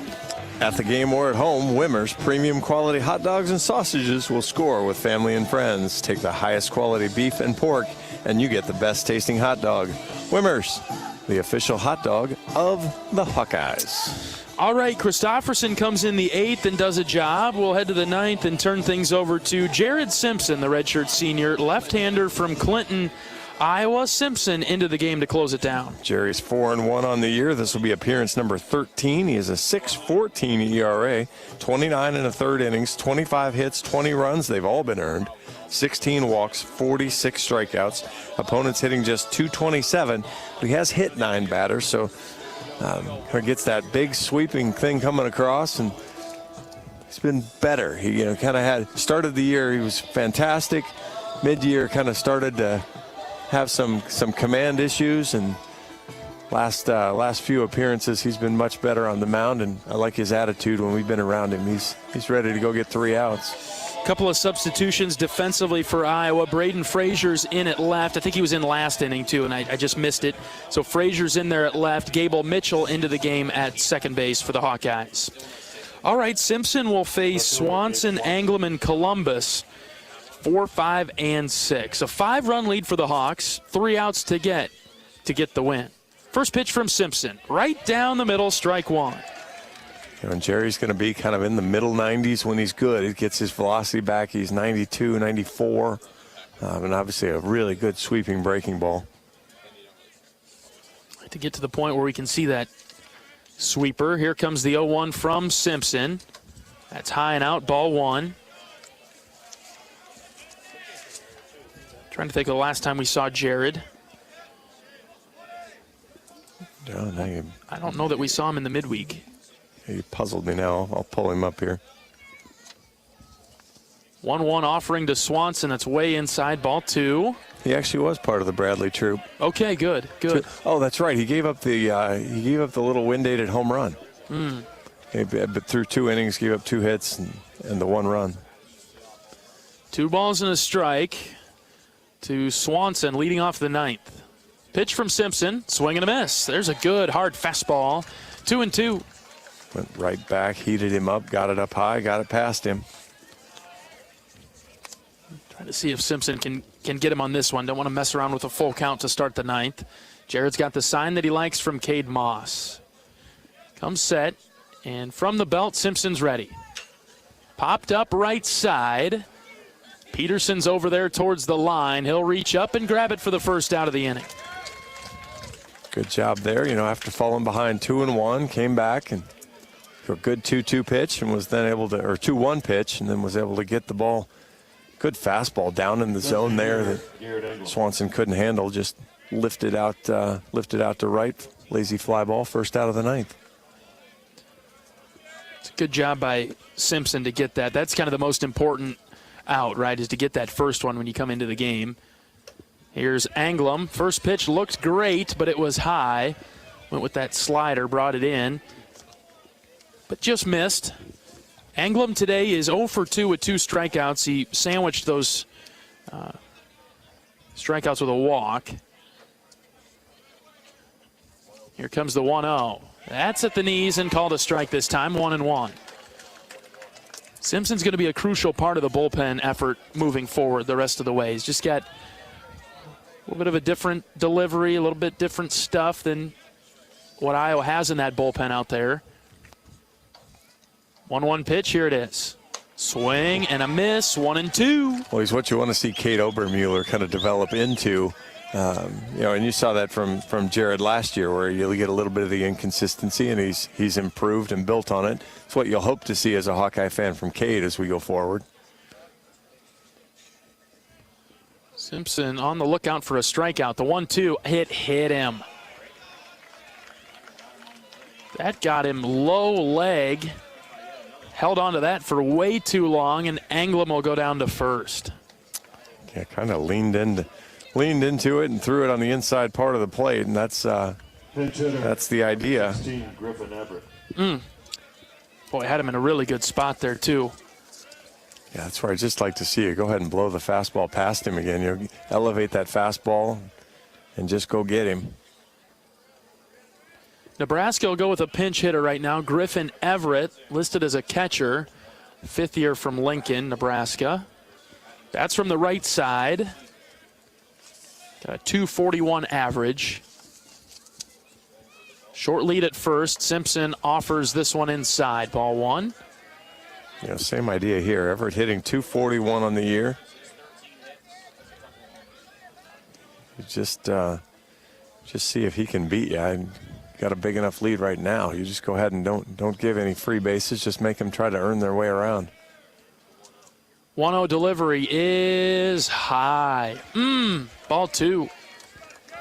Well, and then you get squeezed a little bit, and all of a sudden life gets a little interesting. So Simpson's got to bring it in. 1 out. Runner at first. The 2-0. That's low. Ball 3. I don't know how long the leash will be on Simpson. Probably not too long. We got Llewellyn warming up. He's got somebody beside him. I can't quite tell who it is. I see Volker getting loose. Maybe he's just throwing. He hasn't gone in a while. 3 balls, no strikes. The pitch from Simpson. That's in there for a strike, 3-1. Let's see. I feel a little uneasy, but a ground ball and we could be packing up. Oh, that's what I was thinking. This is 6-4-3 double play to finish it up. 3 balls and a strike. Simpson's delivery. Ground ball to Mitchell at second. He bobbled it, flipped to second for 1, on to first. Double play! I just had it backwards. It was 4-6-3, not 6-4-3. Nicely done. Hawks sweep Nebraska. Iowa 6-1, a Hawkeye winner, and the sweep is complete. of the Huskers. How about that finish in Iowa City? Gable Mitchell comes in, probably, he's going to tell people he fielded the hot shot clean and flipped it over there. Wasn't quite perfect, but he got the out, gave a great feed to Seegers, who threw a strike over to first to finish it up. 6-1, Iowa wins it. 3-0 over Nebraska this weekend. We'll take a break. We'll get into postgame right after this. This is Hawkeye Baseball from Learfield. Hey everyone, I'm Mark Wahlberg, and I have some exciting news to share. At Wahlburgers, we are all about bringing the family together to enjoy a great meal and have a great time. That's why right now, for a limited time, kids eat free every day at all Hy-Vee Wahlburger locations. Kids 12 and under can enjoy one free kids meal with any purchase of an adult burger, sandwich, or entree salad. Bring the family to Wahlburgers and the Wahlburgers and Hy-Vee stores, where right now kids can eat free. You probably know that a natural gas leak smells like rotten eggs. But what does a gas leak look or sound like? If you hear a whooshing or hissing sound, see dirt, dust, or water spraying from an area, or you get dizzy or queasy, leave the area immediately, then call 1-800-595-5325 once you're safely away. See MidAmericanEnergy.com for more safety tips. Paid for by the customers of Mid-American Energy.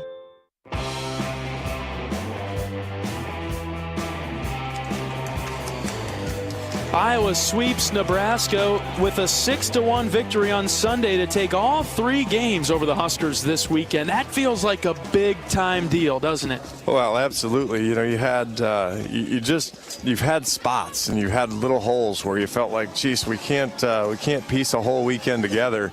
You get maybe Marcus Morgan's best outing of his career on Saturday, and you follow it up with arguably one of Ty Langenberg's best outings on Sunday. You get Brody Breck's wheels pointed in the right direction, which you know he'll figure out, and all of a sudden the starting staff becomes really, really dangerous. Well, you just think start to finish this weekend, a lot of complete performances for the Hawkeyes. Starting with Friday night, it was a high-scoring game that just kind of felt edgy, nervy the whole time, and we were able to close them out and hold them off late. Yesterday's game, a total demolition in the shutout win, and then workman-like victory today. Did enough to win. Got a few runs here, a few runs there, 6-1. Won in a variety of ways this weekend. Well, exactly. And I mean, today you had 10 hits. You drew 5 walks. You only struck out 3 times. You know, you got hit twice. So, I mean, you created a ton of traffic. So, you know, you went and did what you needed to do, and that was really the best part. Was just, you took advantage of some opportunities that were given, and you know, you kind of added to the pain that way. Great job by Iowa, and you know, team that was leading the conference coming into this weekend. The Hawkeyes are now 29-10 overall, 7-5 in Big Ten play. Nebraska 21-14. They are 7-5 also in the conference. That just feels like a jolt of momentum for Iowa as we get ready to turn the calendar and get into May. We've got Upper Iowa on Tuesday before a road series at Penn State. Take care of business against the Peacocks and get ready for the Nittany Lions. Yeah, you had it's a long trip out to the East Coast, you know, where you go against Penn State, but a good chance for the Hawks now to maybe build some momentum and get moving. All right, we'll take a break. When we come back, we'll talk with Associate Head Coach Marty Sutherland as postgame continues after this. Iowa 6, Nebraska 1. This is Hawkeye Baseball from Learfield. At U.S. Cellular, we believe in having healthy relationships with our phones, so we can have better relationships with each other. Introducing Us Mode, a way to set your phone for less distraction and deeper connection. So dinner can sound less like this and more like this. What'd you learn today? The sauropod was the tallest dinosaur ever. Oh my goodness. Visit U.S. Cellular in-store or online, and we'll help set your phone to Us Mode, even if you're not a customer. U.S. Cellular, the 5G network built for us. See uscellular.com for details. At Oak Knoll, our mission is to provide exceptional retirement living and health services through life care. I'm Steve Rowe, Executive Director. We are a not-for-profit life plan community and have served Iowa City for more than 55 years. Our team helps residents create home by living our values of caring, respect, enthusiasm, awareness, teamwork, and encouragement. If you're looking at retirement options, visit our website at oakknoll.com. We want you to lead life your way. Go Hawks!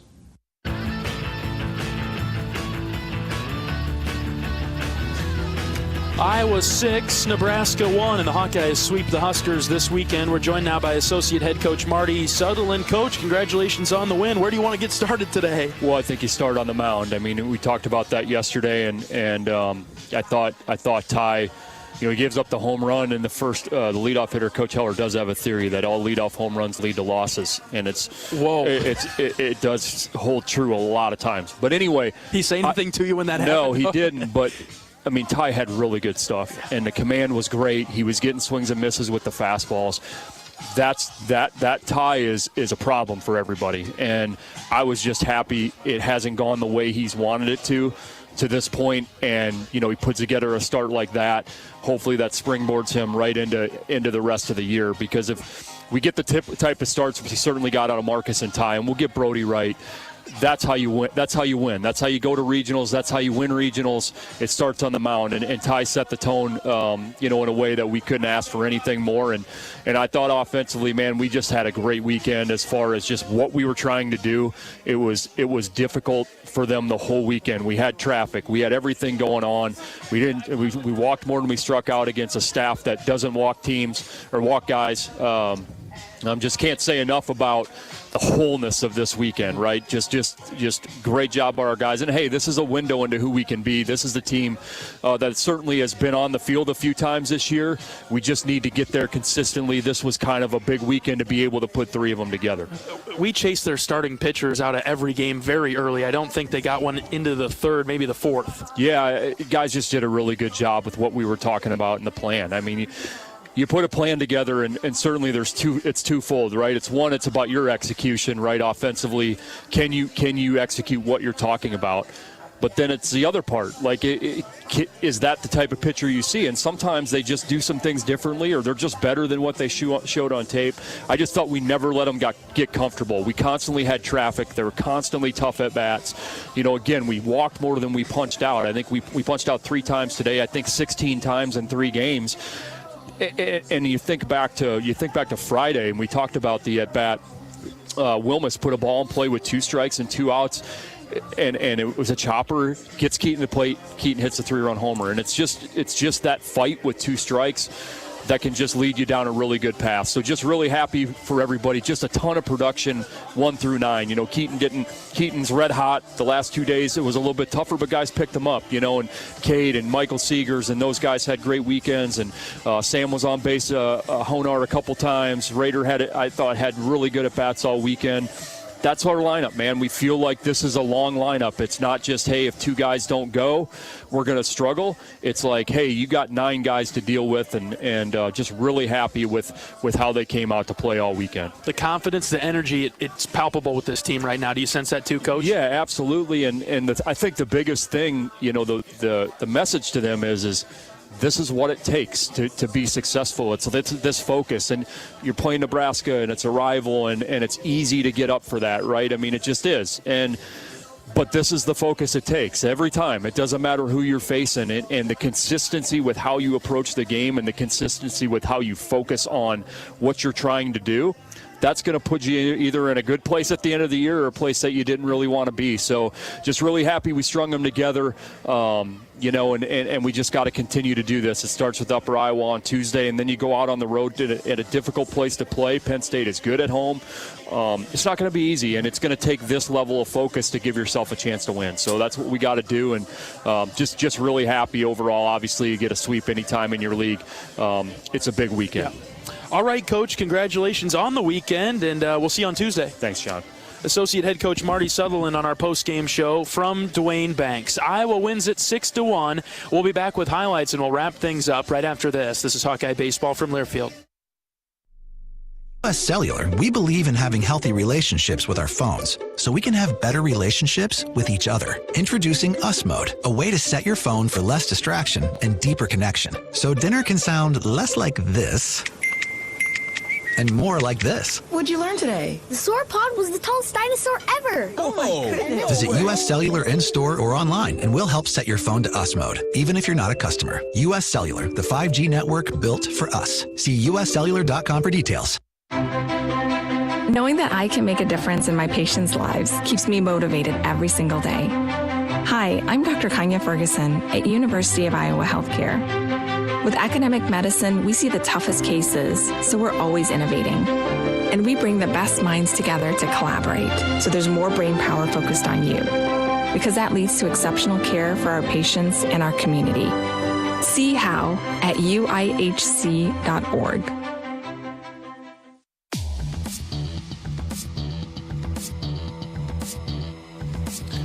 Hard to beat this weekend in Hawkeye country. Iowa sweeps Nebraska and uses a 6-1 victory on Sunday today to put the cherry on top of things. Let's go over the highlights from today's winner.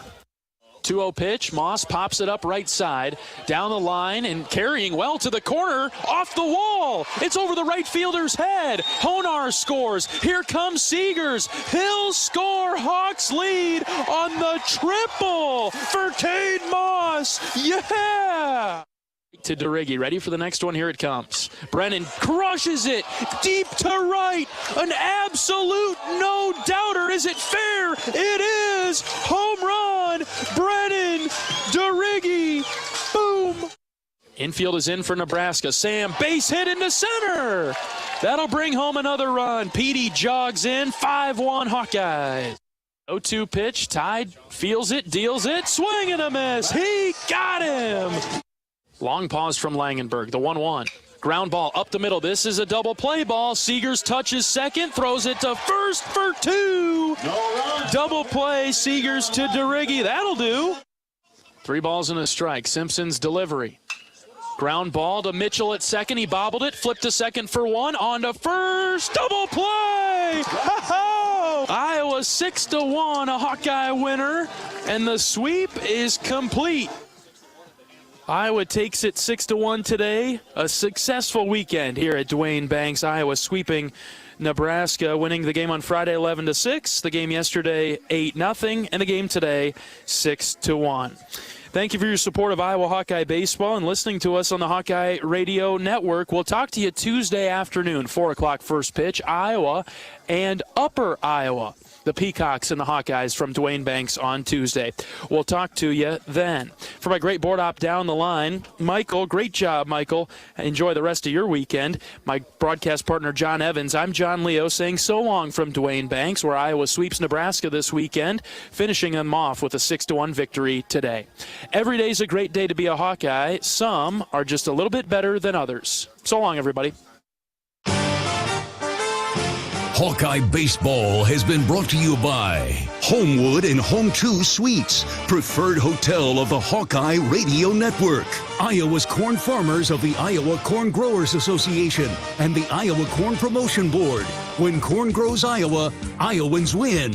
Oak Knoll, an active life care community. University of Iowa Healthcare, changing medicine, changing lives. And by Wimmer's Meats, the official hot dog of the Hawkeyes. The preceding has been a Learfield presentation on the Hawkeye Sports Network.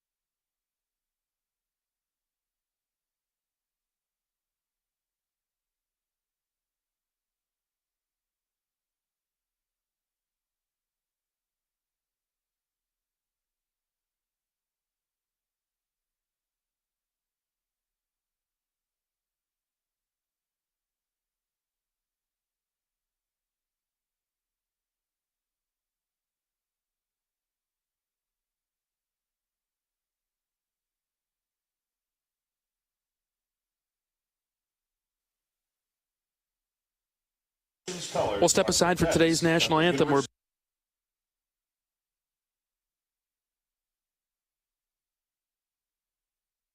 Radio Network.